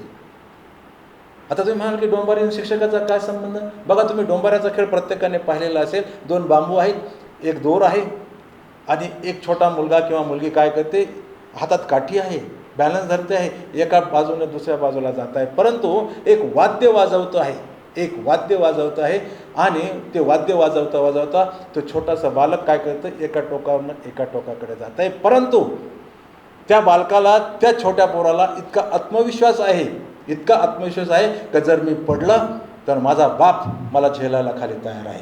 माझा बाप, म्हणूनच तो एका टोकाकडनं चालत. बघा तो जो डोंबाऱ्याचा छोटासा बालक ज्यावेळेस चालत राहतं त्यावेळेस त्याच्या खाली असणारा त्याचे बापसुद्धा थोडं पावलं टाकत वाजवत पुढे चालत राहतो. याचा अर्थ काय, तो माझा जर छोटा मुलगी जर पडली तर मी त्याला काय करेल, सहजपणे उचलून घे. शिक्षकाला असंच करता आलं पाहिजे. आपला विद्यार्थी जर चुकला, माझा मुलगा जर चुकला, माझी विद्यार्थी चुकली, माझी विद्यार्थिनी जर चुकली, तर प्रत्येक विद्यार्थ्याला वाटलं पाहिजे की माझ्या शिक्षकेचा पदर माझ्यासाठी आहे, माझ्या शिक्षकाची कूस माझ्यासाठी आहे.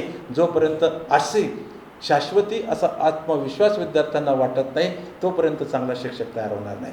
म्हणून मला वाटतं अशा प्रकारचा शिक्षक जर तयार करायचा असेल तर या सगळ्या गोष्टी आपल्याला आईच्या भूमिकेतनं काम करावं लागेल, आपल्याला डोंबाराच्या भूमिकेतनं काम करावं लागेल, आपल्याला वडिलांच्या भूमिकेतनं काम करावं लागेल. तरच शक्य आहे, अन्यथा नाही. तरच शक्य आहे, अन्यथा नाही. मला वाटतं किती वेळ आहे सर, अजून 1 वाजत आला. आता इतकं ऐकण्याची सवय तुम्हाला नाही, मलाही माहिती आहे. इतकं बसण्याची सवय नाही. खरं म्हणजे मला इथं बसल्यापेक्षा समोर बसायला आवडतं. आणि समोर ज्यावेळेस माणूस बसतो त्यावेळेस जरा मला माहिती की चलबिचल होत राहते. आता 1 वाजत आलेला आहे, पोटातही थोडेसे कावळे कोकत असतील असं मला वाटतं. खरं म्हणजे बोलण्यासारखं असे छोटे प्रसंग सांगण्यासारखं खूप आहे. पण तुम्हाला शेवटी जाताना मी एकच सांगेल की या ठिकाणी असणारं तुमचं जे महाविद्यालय आहे, तुमच्या महाविद्यालयाचे जे प्राचार्य आहेत, इथं बसणारा सगळ्या स्टाफला मी ओळखतो. फक्त काहींची नावं मला माहीत नाही, परंतु मी प्रत्येकाला ओळखतो.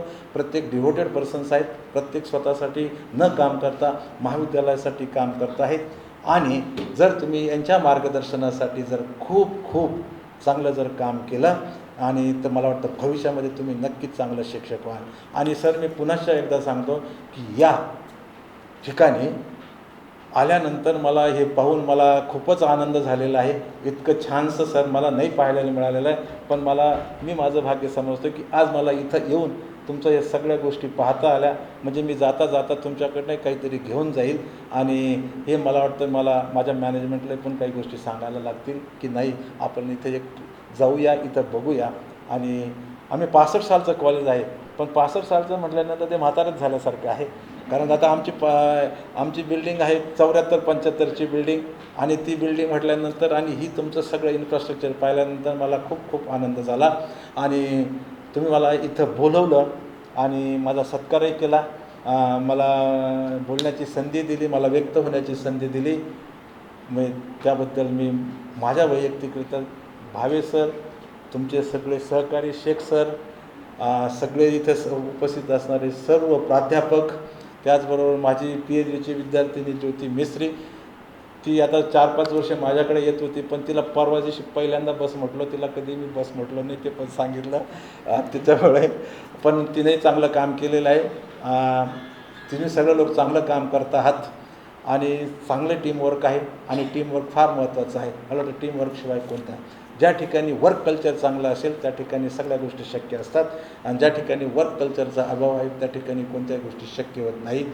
असा खरं म्हणजे ॲटिट्यूडवरती खूप बोलण्यासारखं आहे. फक्त ॲटिट्यूड ह्या शब्दावरती बी एक सविस्तर छानसं बोलण्यासारखं आहे, परंतु तो ॲटिट्यूड हा एक वेगळा भाग आहे, परंतु तो प्रत्येकासाठी आवश्यक आहे. तर मला तुम्ही या ठिकाणी बोलवलं, या ठिकाणी माझा सत्कार केला, याबद्दल मी महाविद्यालयाच्या आणि सगळ्यांच्या माझ्या वतीने सर्वांचं आणि समोर बसणाऱ्या विद्यार्थ्यांचं जास्त कौतुक करतो, त्यांना जास्त धन्यवाद देतो की त्यांनी मला ऐकून घेतला. कारण बऱ्याच दिवसापासून मी स्टेजवर उभा राहिलेलो नव्हतो, त्यामुळे आज थोडंसं जास्त बोललं गेलं असेल. कोणाचं जर काही दुःख म्हणजे कोणाला जर काही शब्द ठेच पोहोचले असेल तर त्याबद्दल मी सर्वांची माफी मागतो आणि थांबतो. धन्यवाद.